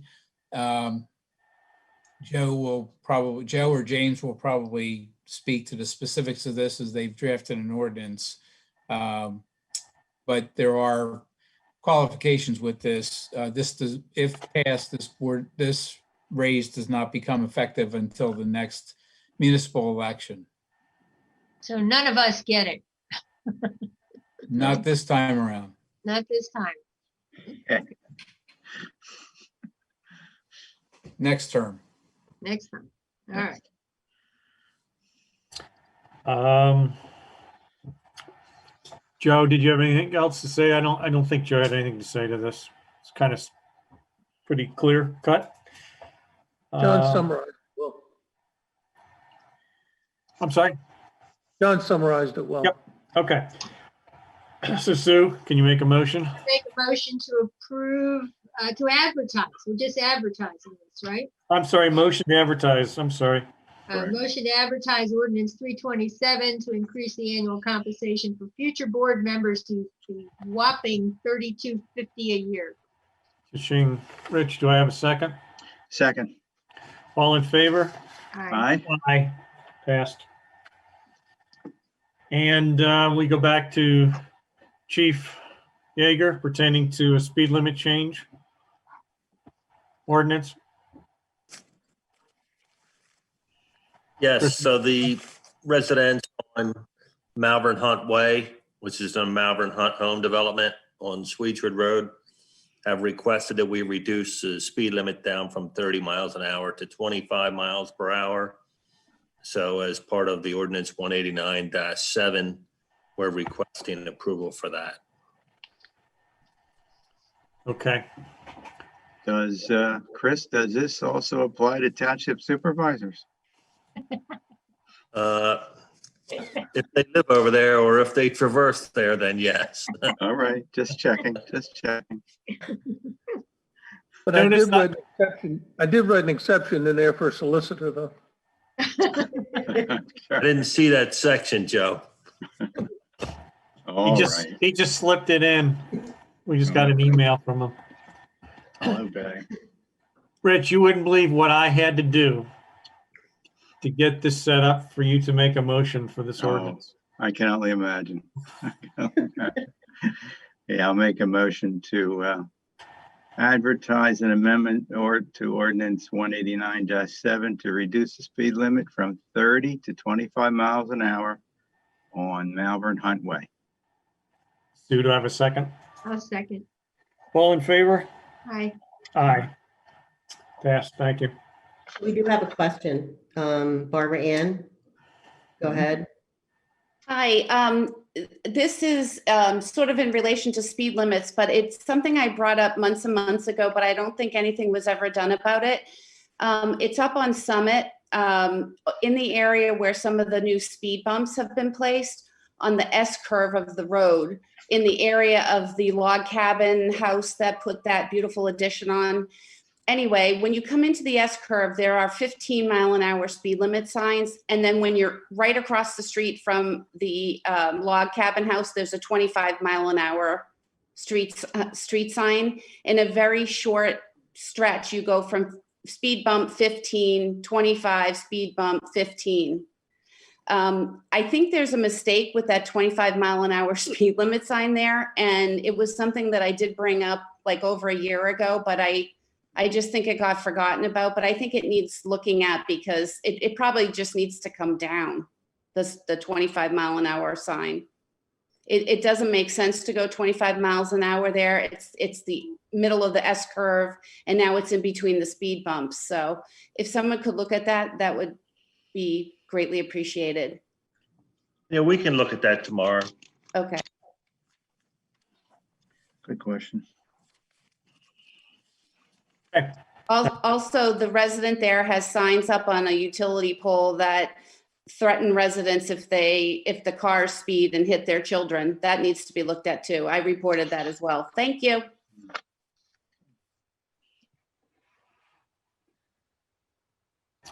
Okay. Moving on to number 5, zoning. Ted Locker, if you're still Okay. awake. I'm still awake, yes. All right. So We are now into pertaining to the solicitor on two items. yes, there's 2 zoning hearing applications for this month. First one is by the Covenant United Presbyterian Church. They're looking for a variance to allow a freestanding sign of 49.8 square feet and 12 feet in height, where the current ordinance allows them 20 square feet and 8 feet in height. The property is zoned institutional. Second application is of Emily Snowden. She is a goalie trainer for field hockey, and she's looking for a special exception from 200-40 Attachment B to allow the use of a field hockey goalie training facility at the property at 32 North Backton Hill Road, and that is zoned industrial. Okay. And this is considering sending a township solicitor to the zoning hearing board to support or oppose. I think from my standpoint, and I'll paraphrase Sue, who has said this over and over again, I think the planning commission is capable of handling these 2 items unless Rich or Sue disagree. Well, I think the zoning hearing board could handle it. Yeah, fine. Is this a new freestanding sign at Covenant Presbyterian or a replacement of an existing? It will be a new one, and they are proposing a digital sign as part of that.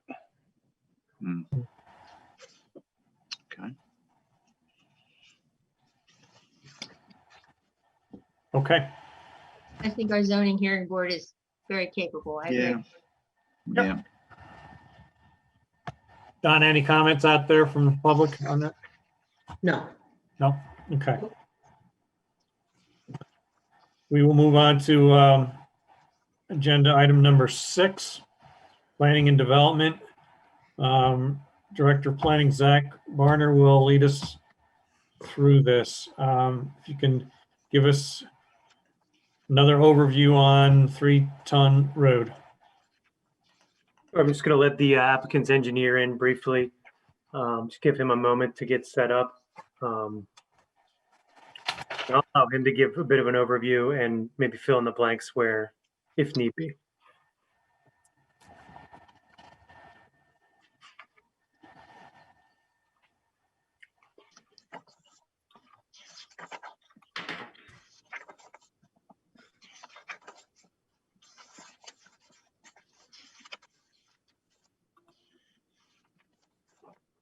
So Chris Daly is the engineer for the applicant. And I'll turn it over to him if you'd like to sort of give an update and an overview of where the plan stands. Good evening. Can everybody hear me? Yes. Yes, we can.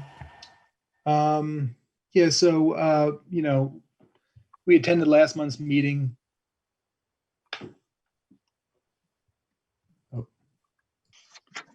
Now we don't hear you.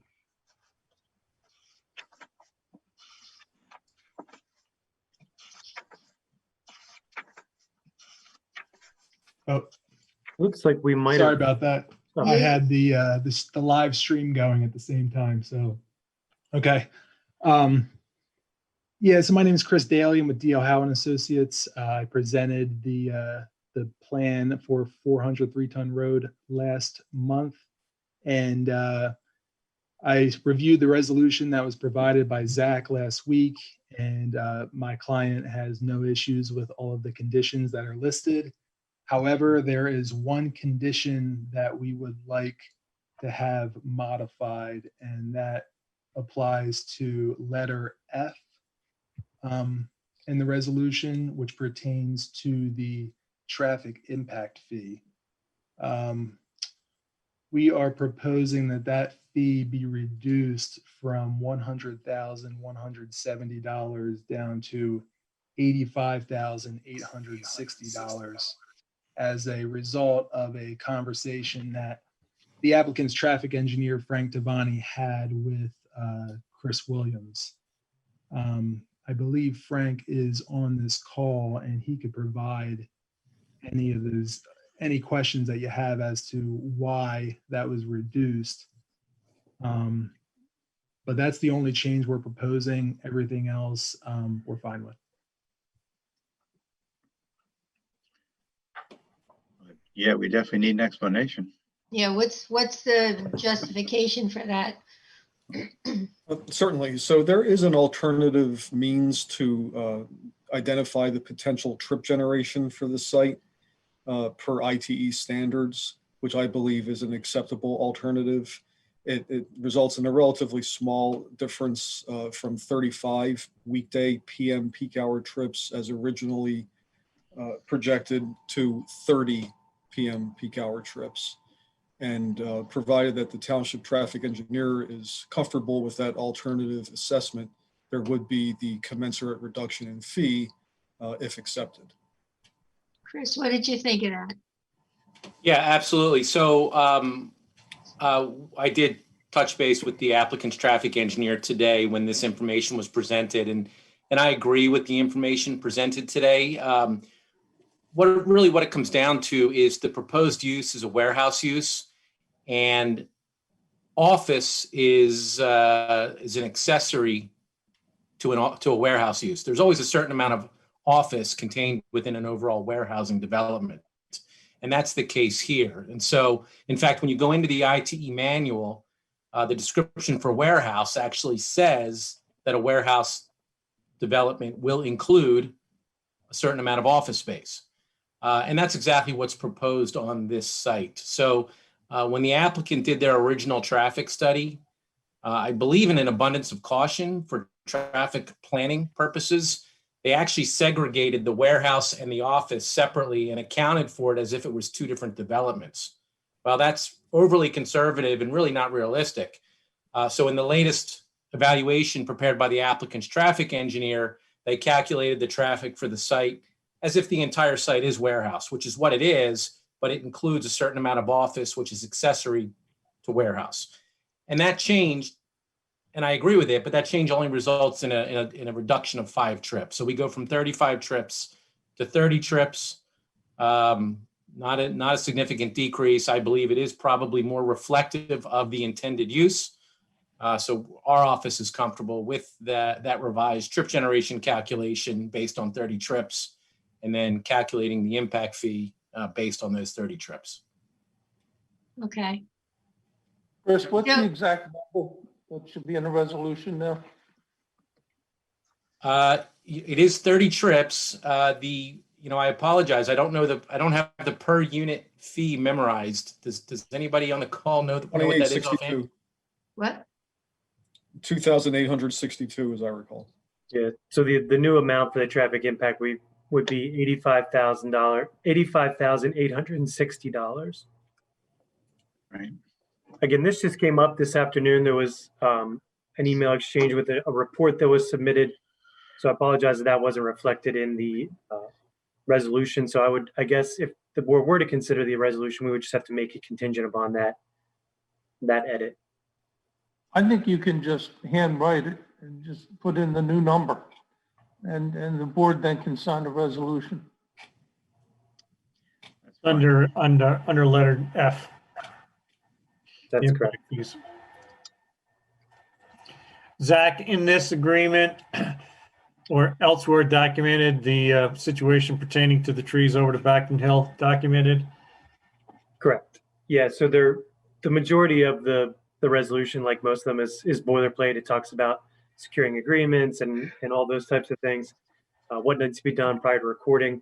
There are a handful of project-specific conditions. One is related to the trees.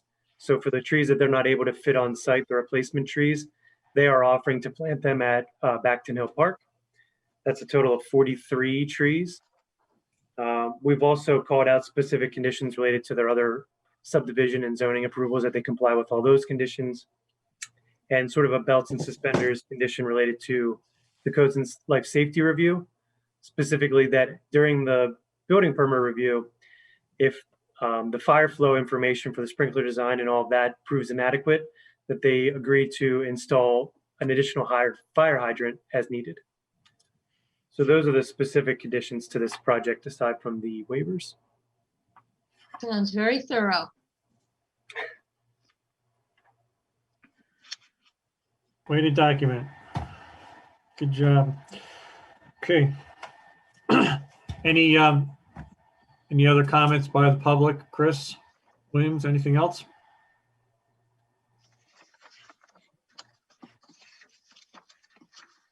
So I guess we now are in a situation where I think it goes to Sue for a motion. I'll make a motion to approve the, what is this, preliminary final land development plan for 400 3-ton road with the change to the traffic fee down to 85,860. Rich, do I have a second? Second, yes. All in favor? Aye. Aye. Aye. Passes. Great, thank you. Thank you. So before we move on, we do have a question, Barbara Ann. I just wanted to say thank you for the allotment of the 43 trees to Backton Hill Park. You can thank Mr. Barner heavily for that. Mr. DeMarco, I think, is probably the one that deserves the credit. But yeah, we've been working with some developers to try to squeeze in some trees where they're not able to fit on site. So happy to do it. Thank you.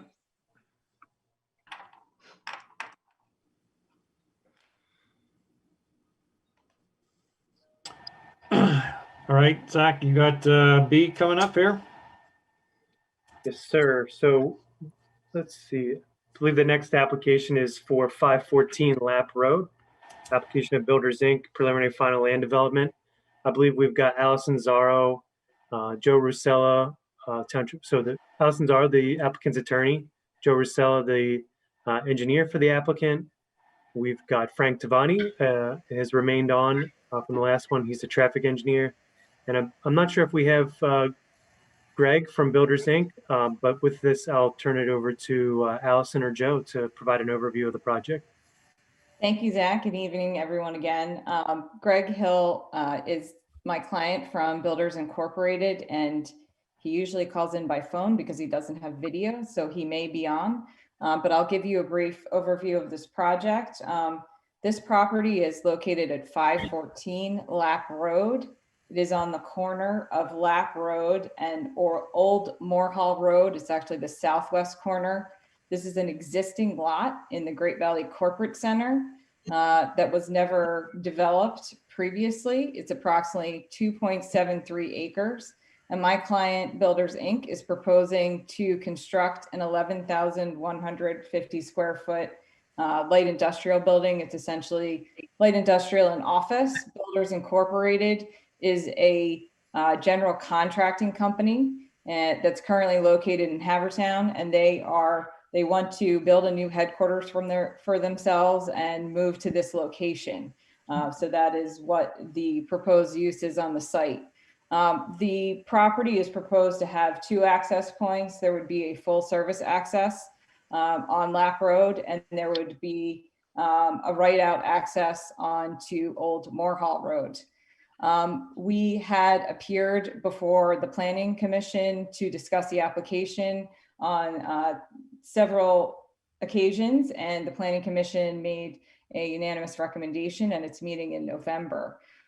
This site, the thing that I would say there are 2 things that are somewhat unique about it. On the plan, there is an existing stormwater management basin that serves the corporate center that is planned to remain. And my client actually plans to clean up the vegetation and whatnot in the area, but we will be providing separate stormwater management for the new improvements on the property as part of the application.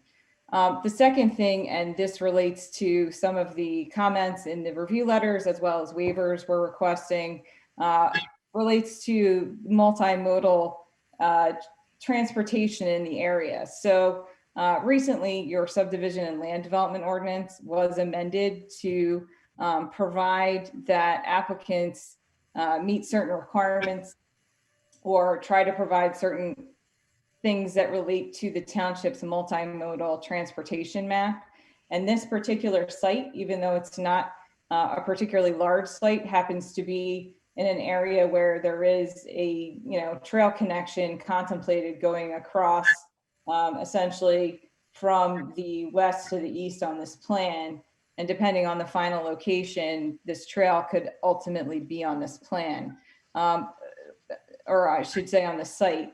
And you probably saw in the summary materials that you received that Zach and Joe Ursella, Daryl Becker, others went out and actually did a site walk to figure out where the best place would be for a multimodal trail.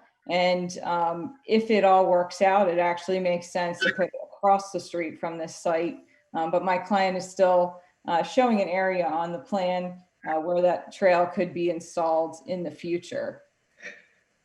So it's probably easiest, if you want me to get into detail, to sort of walk you through the waiver request, which sort of hit on any remaining comments that we have. I will note that we had received review letters. We actually resubmitted plans and response letters prior to the board meeting and after the Planning Commission meeting, and Mr. Becker and Mr. Williams issued new letters. Our sewer letter is from November 11th, which is before the plan resubmission. And you will note that there's a comment in there about locating an existing force main that's on the site that actually runs on the bottom part of the site where the, I'd say if you're looking at the plan, I guess that's the south side. We actually did have, my client did have master locators actually go out and locate the force main exactly. And the good news is that the actual location is centered in the easement. So we should be able to easily resolve any remaining issues that Mr. Faulkner has related to the sewer. Originally, there was a thought that it might not be centered in that easement area, but it turns out as of yesterday, they determined that it is. That was lucky. Sorry, so I don't want to keep talking if people have comments before I move on, but Sue, did you? I do have one question. When you're talking about light industry, what are some of the things, some of the industry that's planned here? So they're a general contracting company, so they dispatch their employees out to various sites to manage the site. So right now, the building, generally the employees that would be there during the day are the general administrative office employees and executives of the company, but they have people that come in the morning, get their assignments, and are dispatched to a site. The goal is never to store materials on the site. There aren't large tractor trailers that come to the site. But it's not really like a full office use throughout the entire building, like a traditional office use. However, I will note that the site is parked for full, as if this building could turn into office someday. So it does meet that parking requirement. And Joe, I don't know if you want to add anything about the use itself. Well, thank you, Allison. No, I think you touched on the use. As a general contractor, there is some component of light assembly. For instance, if there's a specialty product that needs to be installed, they will put it together here. Let's say, for instance, a sliding glass door or some other piece of equipment, and then they can transport it there. But that's the light component of the light industrial use. As a contractor, there are those specialty circumstances, and they have the space in their shipping and receiving area to do those kind of light assembly and things like that. But you touched on it exactly the way that the building's used. And I will note that the loading dock on this plan is oriented to the back of the site, which is the other reason we have that access that would allow trucks to turn out onto Old Moore Hall Road easily from that loading area. One of the reasons that ended up exactly where it is this plan has been reviewed and approved by the Great Valley Owners Association, and that was their one specific comment on this plan, that they wanted that oriented to the back of the site. Okay, thank you. I'm going to attempt to share my screen just to give a little orientation here. Let me know if this doesn't work properly for some reason. I think I might have messed up one of my display settings during the PowerPoint. Okay, I didn't know if it was just something that could be seen on the other video feed, and I just couldn't see it. Okay. Yeah, I apologize. Is anyone able to see this colored site plan, or is it coming up with a black screen? No, I can. Color. I can see it now. Okay, so this probably makes it all make more sense for everybody. Lap Road is on the top of this plan, and Old Moore Hall Road is on the right side of this plan as you're looking at it. Knickerbocker site is below, and then a lot to the left on this plan is one of the existing lots in the Great Valley Corporate Center that has, I believe it has True Green on it today. I love the flowering trees. So one of the things, and I think, we could run through the waiver requests. One of the waiver requests actually, and maybe we go in sequential order, but one of the things that was important to my client is the landscaping on the site. So this is actually in certain instances exceeding your landscaping requirements in your ordinance. Zach, is there any way you could, just out of curiosity, point out where potentially the path could be located? Yeah, what I'll do is I'll do a little, I guess I'll use the annotate tool. I'll just do a little drawing here. Just let me know if the color doesn't show up. So the way we had envisioned the trail on the multimodal map is sort of coming across from Mill Lane, across the Knickerbocker site, and then coming essentially up this property and across Old Moore Hall. So I'm going to try to draw that. Essentially what we had envisioned was somehow coming along this property, this frontage, and then across. Admittedly, the full design of that trail has not been refined. It's been more of a concept. So when we were talking with Mr. Rustella and on our site visit, Joe had identified that there's an existing railroad underpass beneath Old Moore Hall, a little bit further south of the site. So it essentially, the bridge goes over where an old railroad used to run through to the Knickerbocker quarry. So the thought was that if, given some of the roadside constraints here and some of the challenges of just kind of, inserting this without any of the other connections being in place and with some of the extra grading and all that that needed to be done. Perhaps we could run the trail further south through that railroad tunnel. But since that design still needs to be engineered and the feasibility needs to be analyzed, the bridge itself needs an analysis to ensure that it's structurally fit.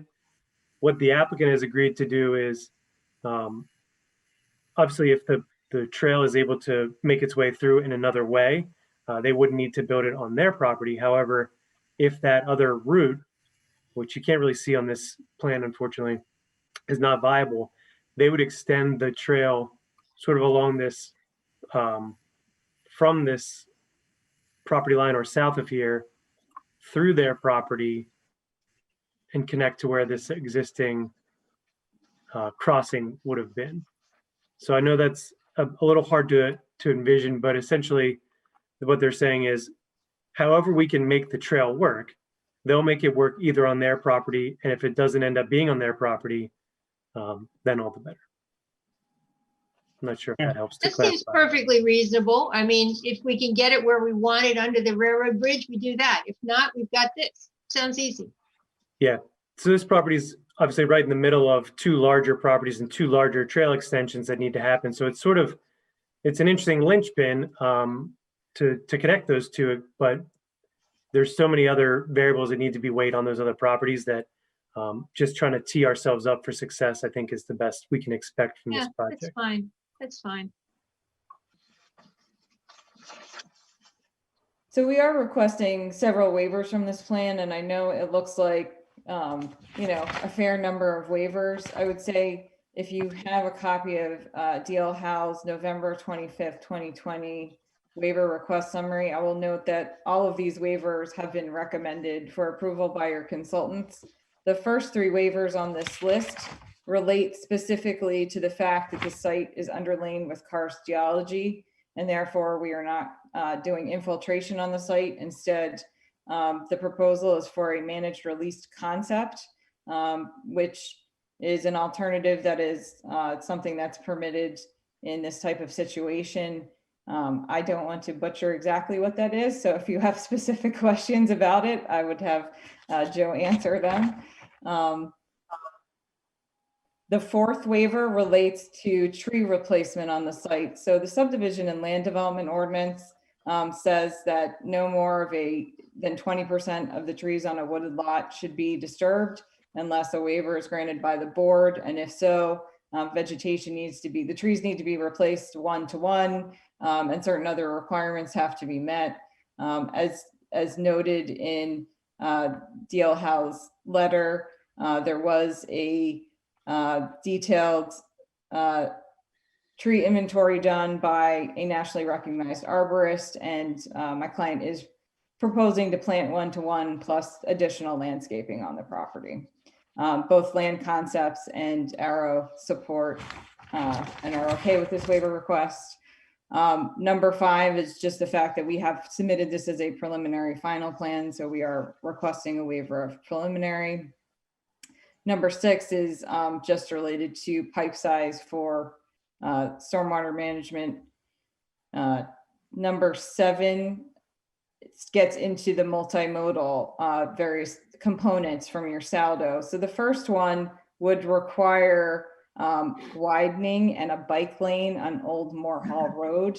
As you can see, we have a small stretch, and Zach just touched on what's going on there or not going on there right now. And there are also some site constraints due to the underpass farther down the way. Since nothing is proposed at this time for widening in the area, we are offering, or this plan does show the ultimate right-of-way so that it could occur, but my client is requesting a waiver not to actually install that bike lane and actually widen Old Moore Hall at this time. Number 8 is relates to construction of sidewalk. So along Lap Road, which is the long frontage of the site, you will see on this plan there's a dotted area all along that frontage.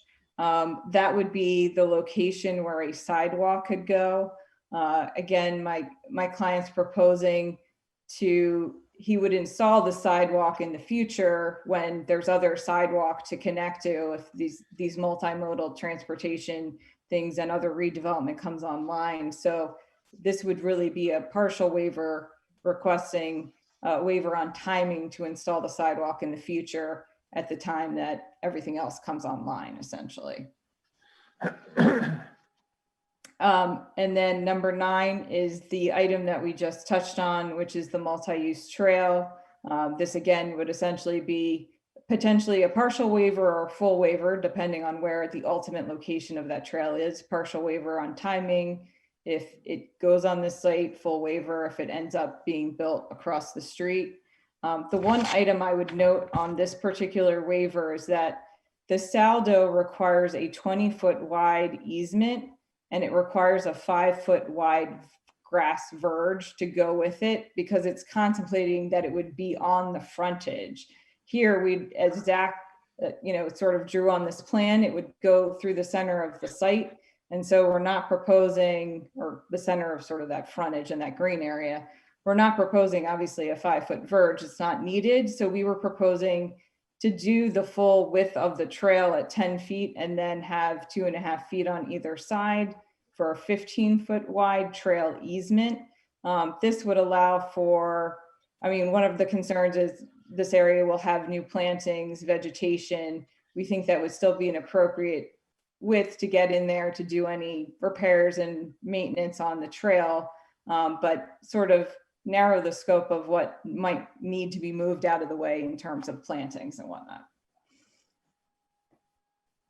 As part of those deferrals, what we would do, and Joe's office would prepare or assist in preparing a restrictive covenant that essentially requires the developer, the property owner, to within 1 year of being notified by the township that the improvements are required, they would have that 1 year to actually construct the improvements. So it's not a waiver to not construct them at all.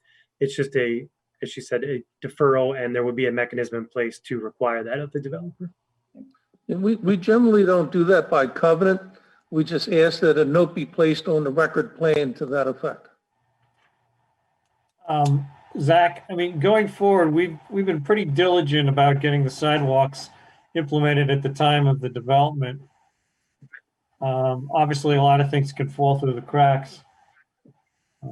I'd like to see the sidewalks put in at the time of the development rather than defer it. But doesn't the waiver say that they would put them in within a year of being told Notified, to? of being notified. Being notified. I don't know. I think sometimes a sidewalk to nowhere, when you can get it when you need it, is really unnecessary. But again, we've been having them put in at the time of the development rather than waiting. We've been doing that mostly along 30, not out here in the middle of nowhere. Yeah, I would say we haven't had too many situations in this case where we've specifically deferred it, and have a formal mechanism in place to require it. I agree that getting it while we can is almost always the preferred option. I think that in this case, and certainly it's up to the board, until there is something to connect, and until we know where some of these other, the trail and the sidewalk and some of the other aspects related to the other properties sort of come into full vision. I personally don't think that there's a huge issue with deferring it. Again, I'll defer to the board on their preference. Potentially we could have a sidewalk down one side and a multi-use trail down the other side. Yeah, Zach does make that good point. Yeah. Pertaining to let's see how the development occurs and where the paths are going, and then make a final determination. Sure. I'll clarify one other thing, that they will be fully designing the sidewalk, and I believe installing the curb ramps associated with it. So it's pretty well teed up for when the improvements really are, needed. Okay. So we've kind of done as much as we could, aside from having them installed, right? That makes sense. And I would add the same thing on the multimodal trail. There is a, area, the driveway will be designed to meet the grade for where that trail would go in the event it gets installed, so that wouldn't have to be adjusted in the future either. Okay. The other waivers sounded very reasonable.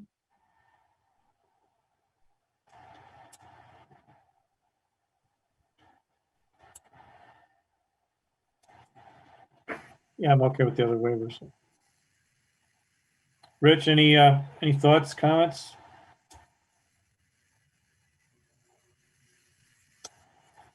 Guess not. He's So, got a picture. He's holding something up. I can't read it because you're so small. Can we take He the said he's muted by Donna. Donna? I'm not. No, okay, I wasn't muting him. I'm not sure how he's. There you go. Okay. Now he's back. That's the message that came up, that I was muted by the host. Ooh. I'm, me either. Hey, I'm there's two completely, hosts on here. I'm completely fine with. You like it better that way, right? Yeah. It's almost my bedtime, so yes. Right. All right. No, I'm fine with all the waivers and comments. That's fine. okay. After that, I forget which order we are, but Doesn't matter. Whoever wants to do it. Go ahead, Sue, as long as you're rolling here. Speaking up. All right. I'll make a motion to authorize the solicitor to draft a resolution for LD 08-2020 514 Lap Road, preliminary final land development. Rich, second. Second. All in favor? Aye. Aye. Passes. Thank you very much, everyone. Okay, thank you all. Thank you. Thank you. So there is a question. Barbara Ann has a question. Sure. Thank you for considering all the extra trees and the sidewalk and the multimodal path. I just had a question, which is, how do we keep track of these deferments for sidewalks and trail connections? And what happens if the developer goes out of business? Then who puts it in down the road when we're ready to do that? Thank you. Isn't this an improvement that would be part of the escrow that we would hold the money for? Joe? No, you generally would not escrow for deferred sidewalks, but the note on the plan would make it the obligation of the owner, whoever owns the property, when the township gives the 1-year notice to put them in. So it may be this developer, it may be someone he sells to, it's whoever owns the property. But there generally is not an escrow because it may never happen, and it may be 20 years from now that it happens. That makes sense. Okay. Thanks, Barbara, for that question. All right, Zach, let's move on to Immaculata. Sure, let me just double check the waiting room, make sure we have all of our folks in. Looks like I'm going to let in Carrie Jones from the university. And once he gets situated, I'll turn it over to Carrie and Neil Kamens. I believe we also have Brett McKay, both from Chester Valley Engineers, to provide an overview. And I guess I can unshare my screen now. Yeah. I'll let Neil let me know when to reshare my screen with the appropriate plan.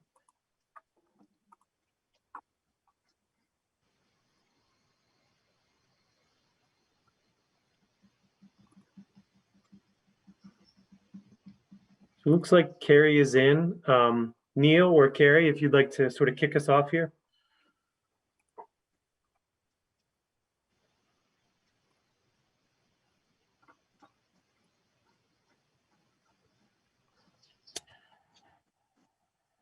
Somebody speak up. Yeah, don't all jump at once. Check your mute button. Oh, here. I'm gonna ask Neil to unmute. See if that works. There you go. Donna had to unmute me. Ah, I had the same message that I was not allowed to unmute myself.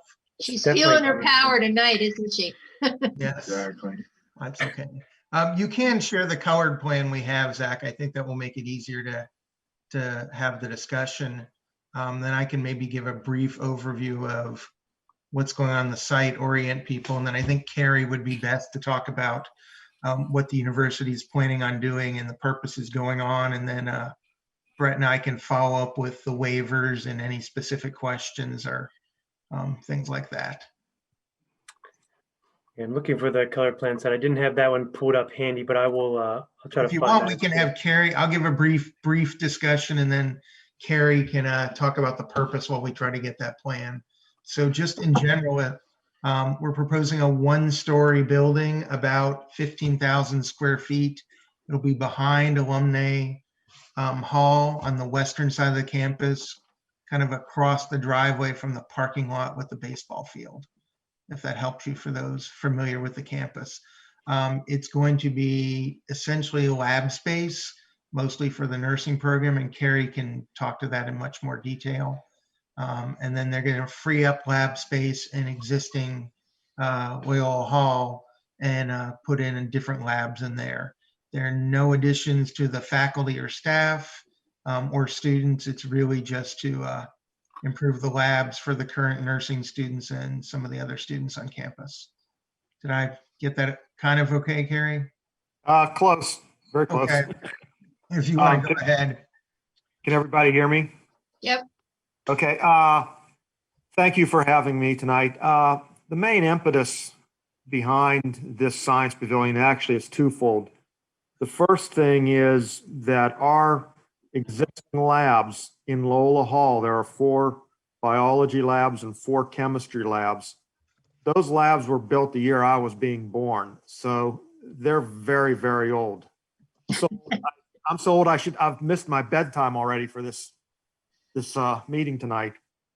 So that's the first part of it, and we looked at just renovating those labs in the existing space, and after we compared the cost to a new building, it wasn't that much more money to build a new building, and the new building gave us the higher ceiling heights that we need in order to offer ourselves future flexibility as things evolve so that we can change our labs 10 or 20 or 30 years from now. Whereas Loyola Hall is an old traditional classroom building, the ceiling heights are very low, so that prohibited that.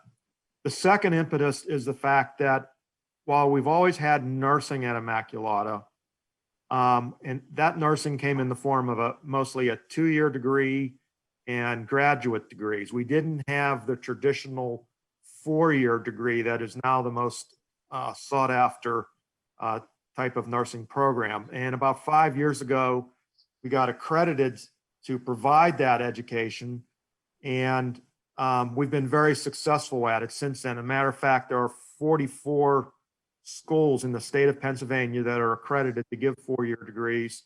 And we are ranked, depending on which ratings you look at, we are ranked either number 3 or number 4 out of those 44. The one where we're number 3, I believe we're behind Penn and Villanova. So we're in good company, and we'd like to overtake those 2 larger schools someday.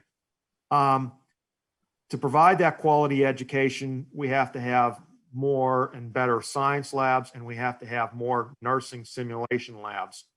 So the labs that we are vacating in Loyola Hall will most likely, the majority of them will become additional nursing sim labs. One will become a traditional classroom, and a couple of the other ones will be used primarily for some of our faculty members to conduct research programs or to work more with the graduate students.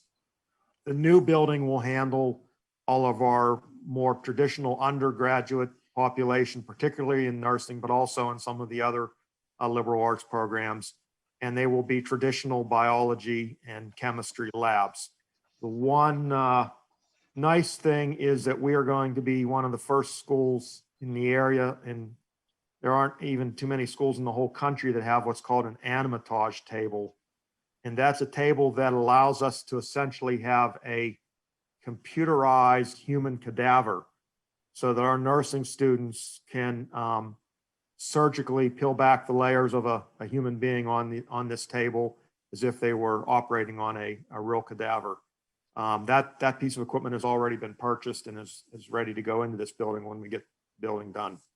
That sounds absolutely creepy, but okay. Sure does. Sure does.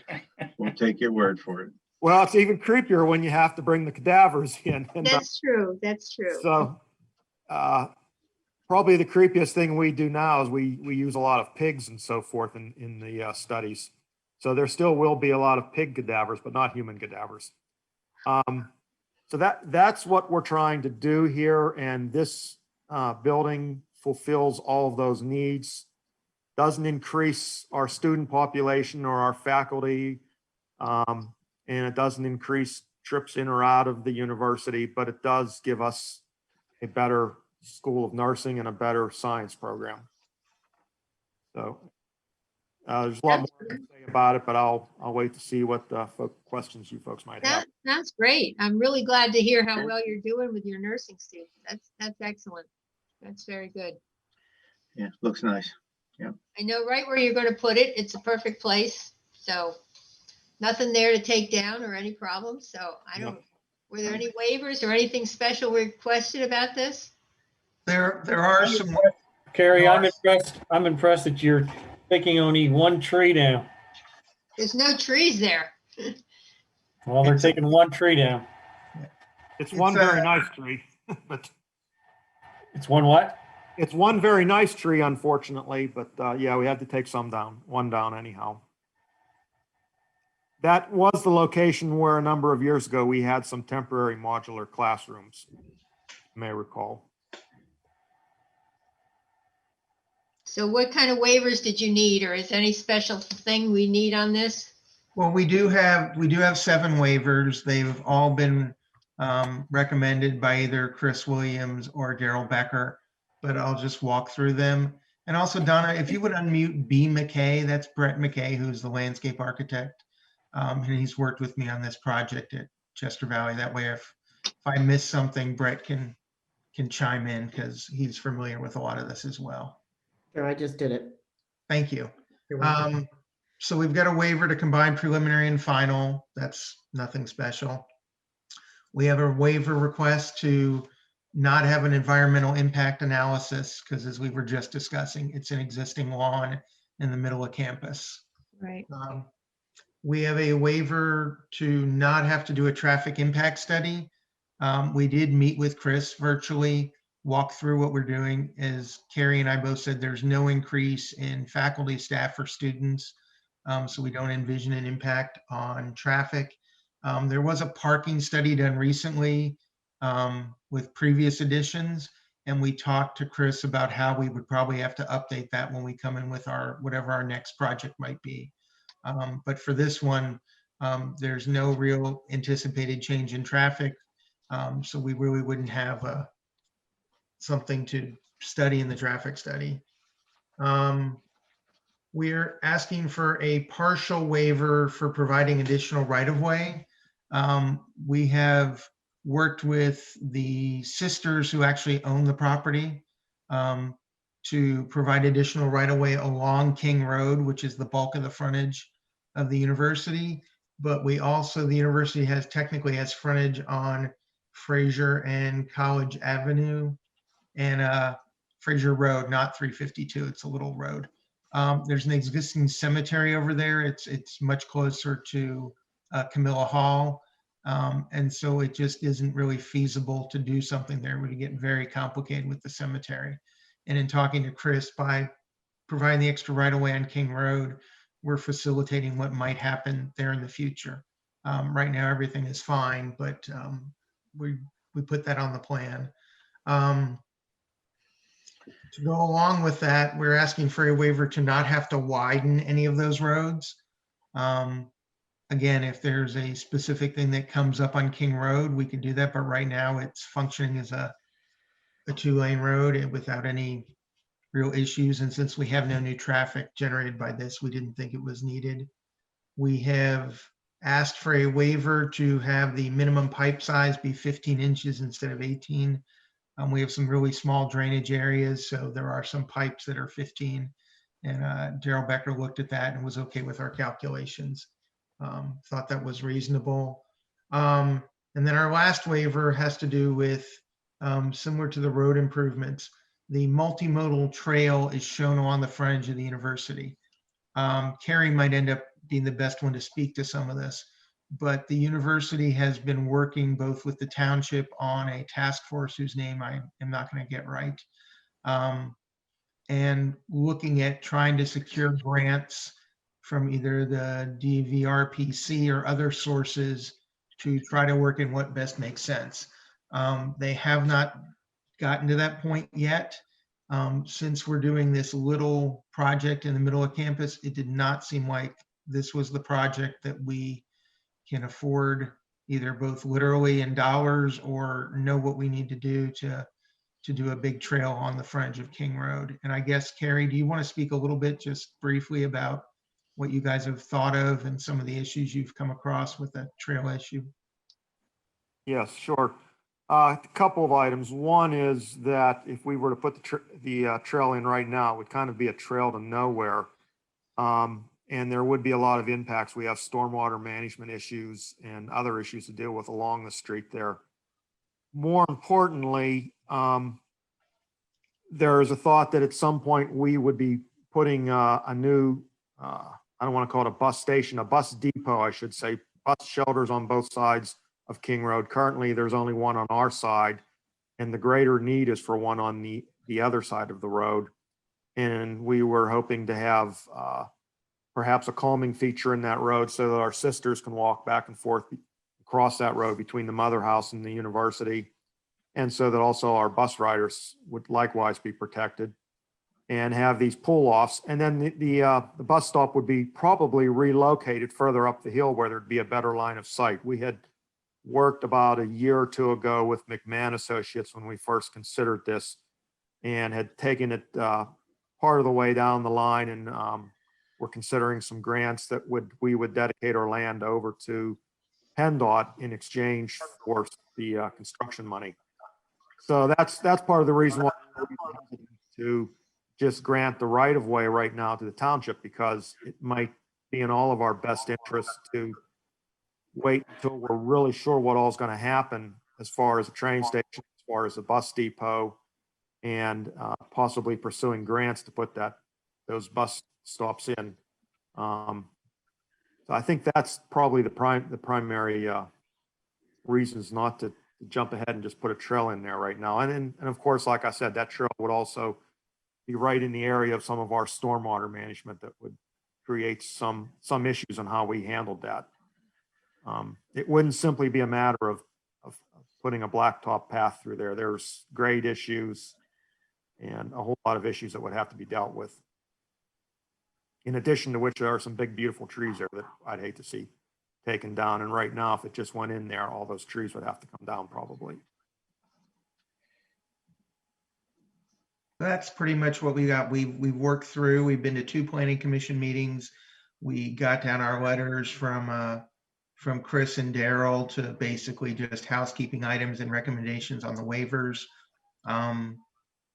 We think we're pretty set up. There's a few extra housekeeping things we're working through with Zach, but I think from a substantive point of view, we've gotten all the items that we're hoping you guys would have a recommendation or a motion to let the solicitor draft a resolution for coming back in January when we can get all that stuff in order and look for approval. Makes sense to me. Yeah, that's fine. I'm fine with that. Yeah. Sounds good to me as well. Donna, do we have any comments from the public? No. Okay. All right. Rich, you want to proceed with the motion? Yeah, make a motion to authorize solicitor draft resolution for LD 11-2020 for the Science Pavilion at Immaculata University, preliminary/final land development. I second that motion. All in favor? Aye. Aye. Okay. Thank you, Very good. gentlemen. Thank Yeah. you. Thank you. Good luck with it.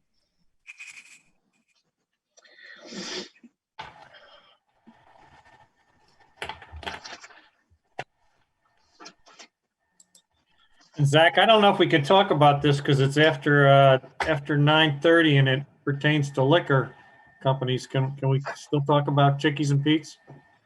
Yeah, I don't think even in Pennsylvania we have any rules against that. So, so this is for a preliminary/final land development for a small building addition at the Grove. This is for a Chickies and Pete's restaurant and bar. I believe we have Mark Pellicciata from the applicant, or the property owner rather, and also some folks from Inland Design who are engineers for the applicant. So with that, I'll turn it over to, I guess, Mark to kick us off. Yeah, good evening. Thanks for hearing us. I think Joel, are you with us as well? I'm here. Yeah, Joel from Inland Design, who, as you know, Inland was the, I'll call it the base building and the renovation civil engineer for the project. And they are also representing the applicant in Chickie and Pete's in a plus or minus 1,800 square foot addition on the east end of what we call Building B, which is the standalone building that runs parallel to and closest to Liberty Boulevard. So at the north end of the site, if you guys are all familiar with the site. Yep, we are. Okay.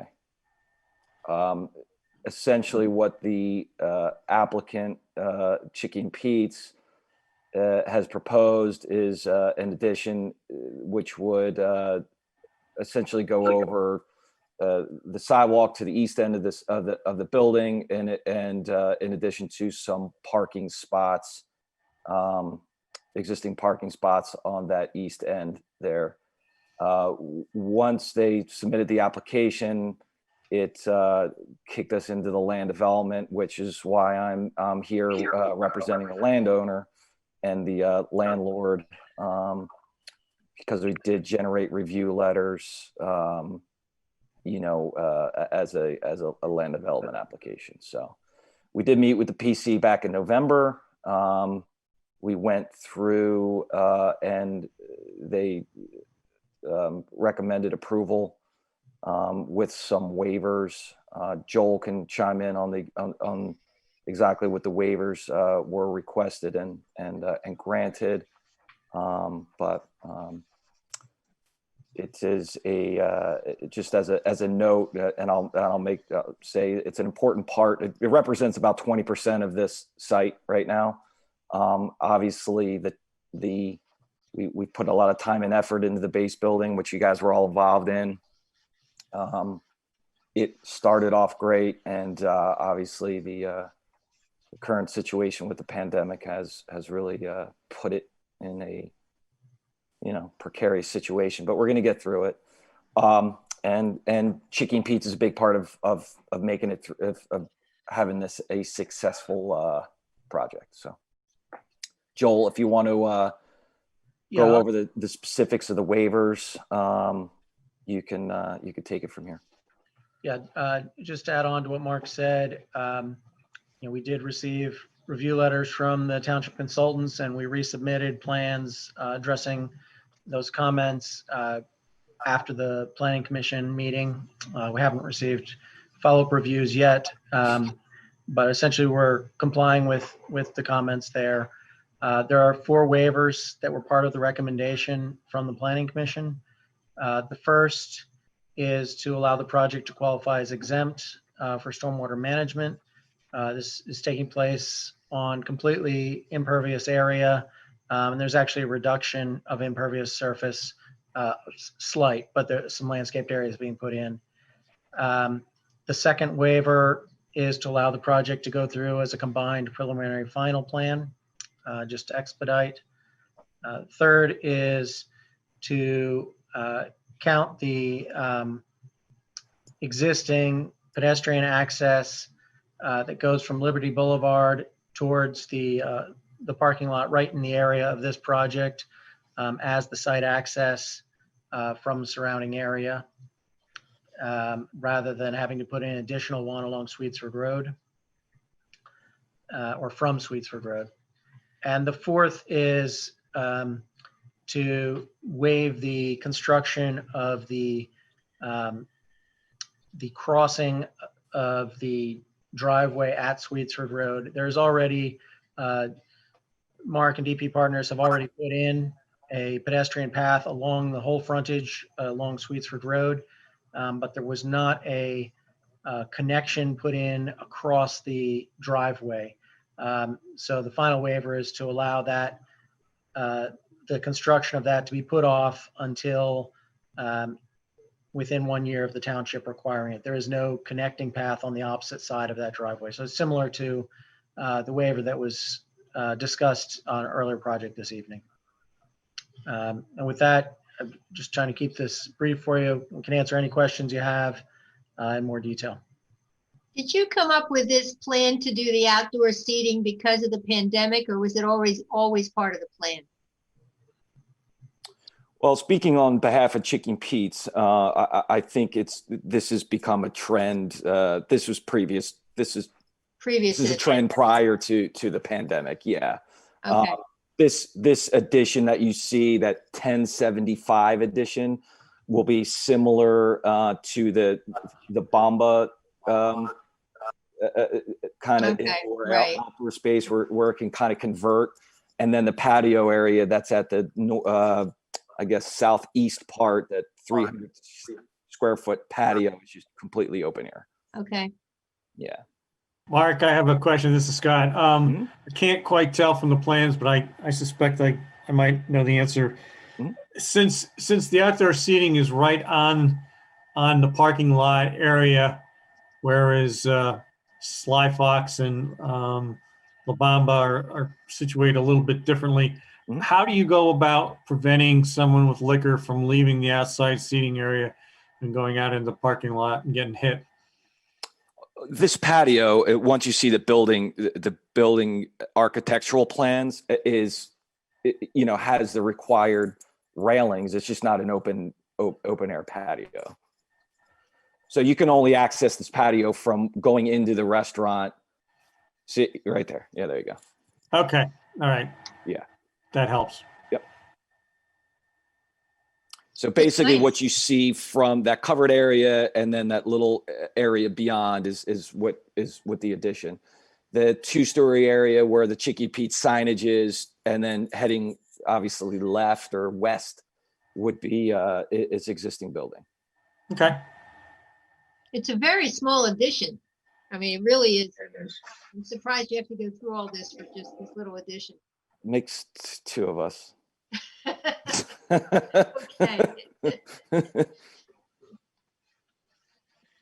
I'm fine with it. Yeah, fine also. The other thing I want to clarify slightly is, so there's a couple of comments like the other ones we've seen here tonight about the multimodal improvements, the sidewalks, the paths, the trails. They've already installed a path as part of the previous renovation, so I think that's great. The only one waiver request is to not install a sidewalk internal to the site, which again I think is reasonable. It's hard to retrofit these things sometimes, and I don't know that there's a whole lot of benefit to it at the moment. The only thing I wanted to clarify, and I haven't discussed this in any detail with Mark or Joel, so I apologize for catching them sort of off guard. There's an existing asphalt path that leads from the parking area sort of to the corner of the entrance, and in theory connects you across to the Desmond. Correct. And so that path, so it's not ADA compliant at this time. So by doing these new improvements and there being an access to a public way, it would have to be upgraded. And I think that would be very difficult to do in this case. I don't think they're going to be able to make that path, even if they switch back at ADA compliant. We do have a code requirement to install bus pads where there are existing transit stops. So I was curious, and again, I apologize for not giving more notice on this. Mark, we tried to connect this afternoon, weren't able to. Yeah. Would the applicant be willing to remove that sidewalk, that asphalt pad, since it's not ADA compliant, and replace it with a small bus pad for the existing transit stop there? Is there I don't know. Look, as you know, I'm sorry, of course my heater decides to go on right while I'm answering the question. Let me walk back upstairs. I'm sorry. I had kids on doing their homework and everything else. All right, there we go. So Look, I think Zach and board, we've shown a willingness to comply with this project and a handful of other projects that we've been involved in the township. Without knowing the exact economic implications, particularly at this point, I'm a little more hesitant just to say blanketly yes, because we are where we are in the pandemic. I would like to think in the spring, when hopefully this is all beyond us, that we're in a better position, and I could just say, yeah, well, it's not a big deal. But at this point, at every dollar literally counts. But yeah, I would certainly take it under consideration. I'm not even sure what's there now. I know there is a bus stop, Right. but I'm not sure if there's even an alcove or a. No, I think my guess is that people kind of hang out on that existing path. And that's why I just wanted to make sure with that going away, there's, sort of a non-grass, non-soggy area to stand outside of the road to wait for the bus. So I guess the big thing that I'm trying to clarify is that if that path goes away for ADA issues, that there's at least something there for people.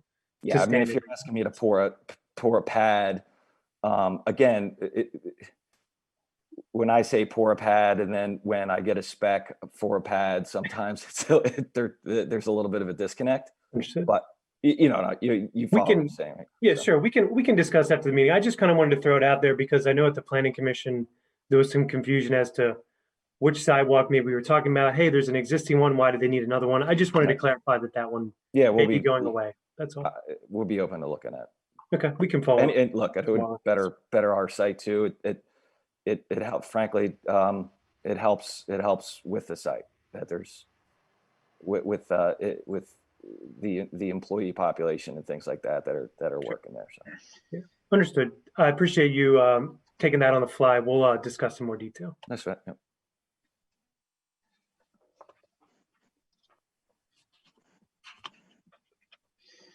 Any other questions from anyone? Yeah, I'm good.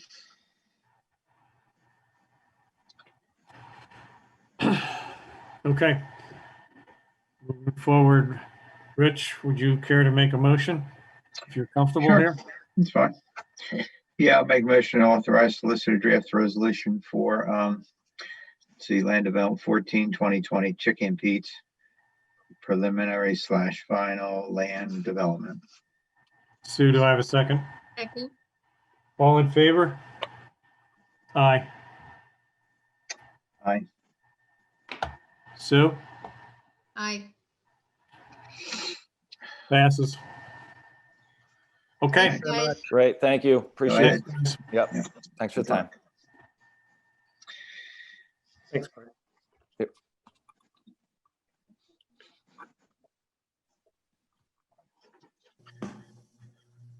All right, Zach, we're sending you to the dogs now, so you're up next again.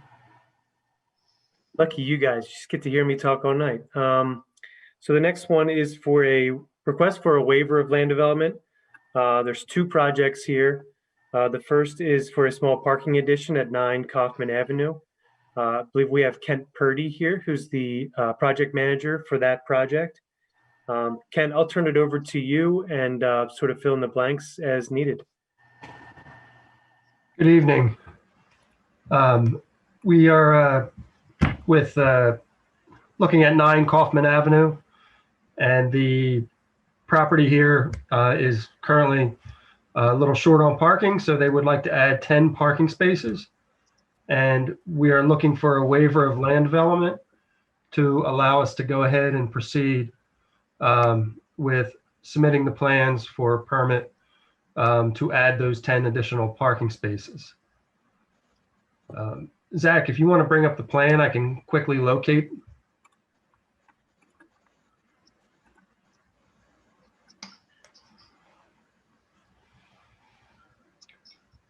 Kaufman Street's on the left-hand side here.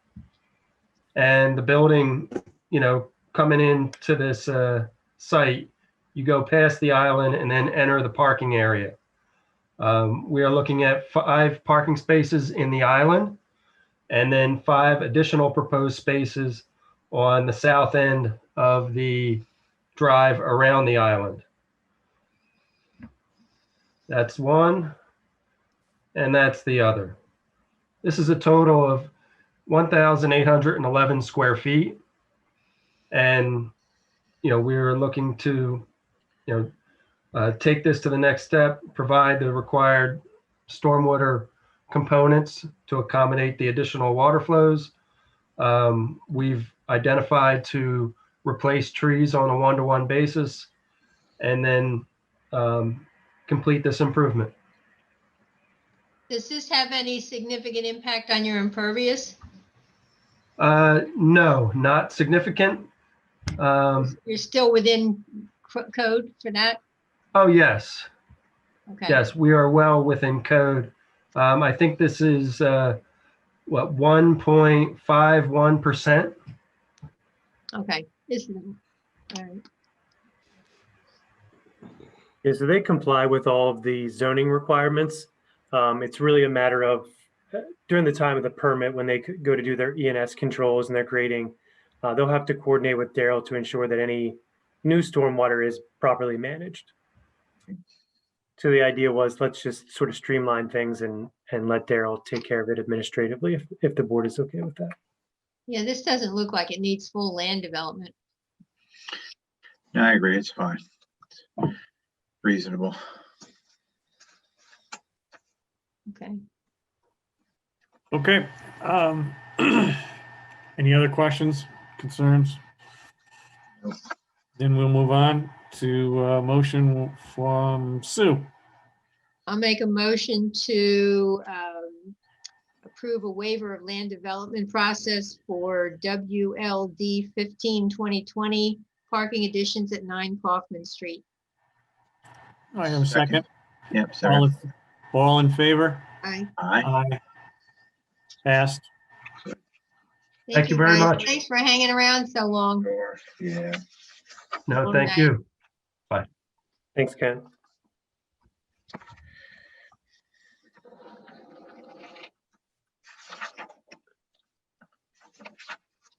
All right, Zach, you get to wrap it up on modular offices. With pleasure. I don't know that we have an attendee for this item. If I'm missing that person, they can feel free to jump in or ask Donna, unmute them, as the case may be. Just kidding. I'll do a quick screen share just to orient everybody. This is a similar project. It's a very limited scope. It's to install a modular office building. Since it's technically habitable space and an expansion on the property, it would require land development. Since it's a temporary space, it's a modular to be placed in a parking lot. The request for a waiver, I think, is fairly reasonable. I can, if everyone can see my screen here, the little red outline is the proposed location. And this would replace an existing modular office building that's already on location. It's essentially for Vanguard to use as a backup mail sorting operation. So it's literally just dropping in the trailer, running some utilities to it, and in theory, it could be removed or moved as needed. And it's replacing something that's already there. So Correct. yeah, no big deal. No big deal at all. No net loss of parking over the current condition, all those types of things. Right. Yeah, that's fine. That's a no-brainer. Yep, agreed. Okay, Rich. Make a motion to authorize waiver of land development for WLD 16-2020 for the modular office at 14 Lee Boulevard. We have a second, Sue. I'll All second. in favor? Aye. Aye. And passes. Donna, get ready. Number 7, any public comment that are sitting out there for any comments and items that we have not, that was not addressed in the agenda? Nothing. Nobody's got their hand raised and there's nothing coming in through the email. Okay. Well, if I can read consent agenda A through H, unless someone has any specific questions.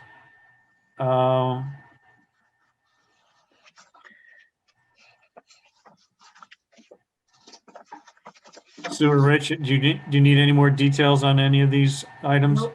I don't want to hear another thing about any of it. Yeah, good. It's late. Aye, aye, Captain. All right, then let me read it, and then we'll just have to do other business, and then we can adjourn. So, consent agenda. 8A, approve the meeting minutes from October 14, 20, and 27, and November 11, 2020. Ratify payment of bills for November 2020 in the amount of $561,665.07. C, ratify the conditional job offer to Joe Meehan, full-time assistant finance director. 8D, approve the police IT network switch upgrade from all covered for an amount of $13,852. E, approve request from Chester County Serious Crash Assistant Team for annual contribution of $1,000. F, approve proposal to provide police consulting services accreditation from the Rogers Group for $30,000, which I seems think we like did that. we- I think which we did seems that like- earlier. it Yeah, seems like we already did that. we But did we that. did that already, yeah. Yeah. So, okay, we'll exclude that from the consent agenda. And G, which really should be F now. Anyway, approve the Arrow proposal for $12,920 for minor planning work required by PADP on Backton Hill Sewer Project. And then finally, the new G, approve proposal for hearing tests and a hearing aid benefit for East Whiteland Township employees. Rich, do I hear a motion? Yeah, make a motion to approve the consent agenda as read. Sue, do you have a second? Second. All in favor? Aye. Aye. And the final item, which is we put in here kind of at the last minute tonight, was to a motion to pass the policy, the committee policy for the EAC, Park and Rec, and the Historical Commission.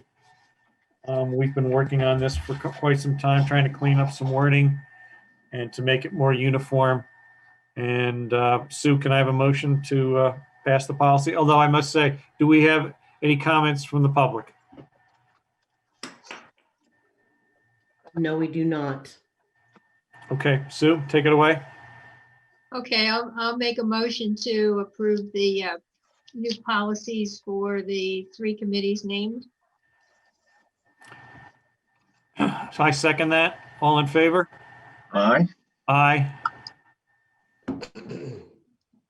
And at 10:12, meeting is adjourned.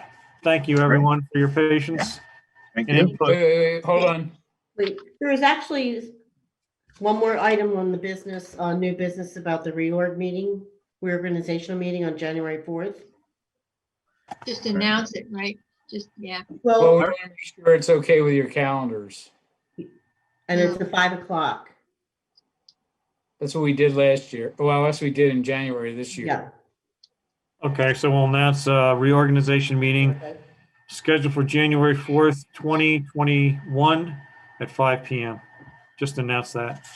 I never go anywhere anymore, so I'm sure it's fine. Not allowed. Join the crowd.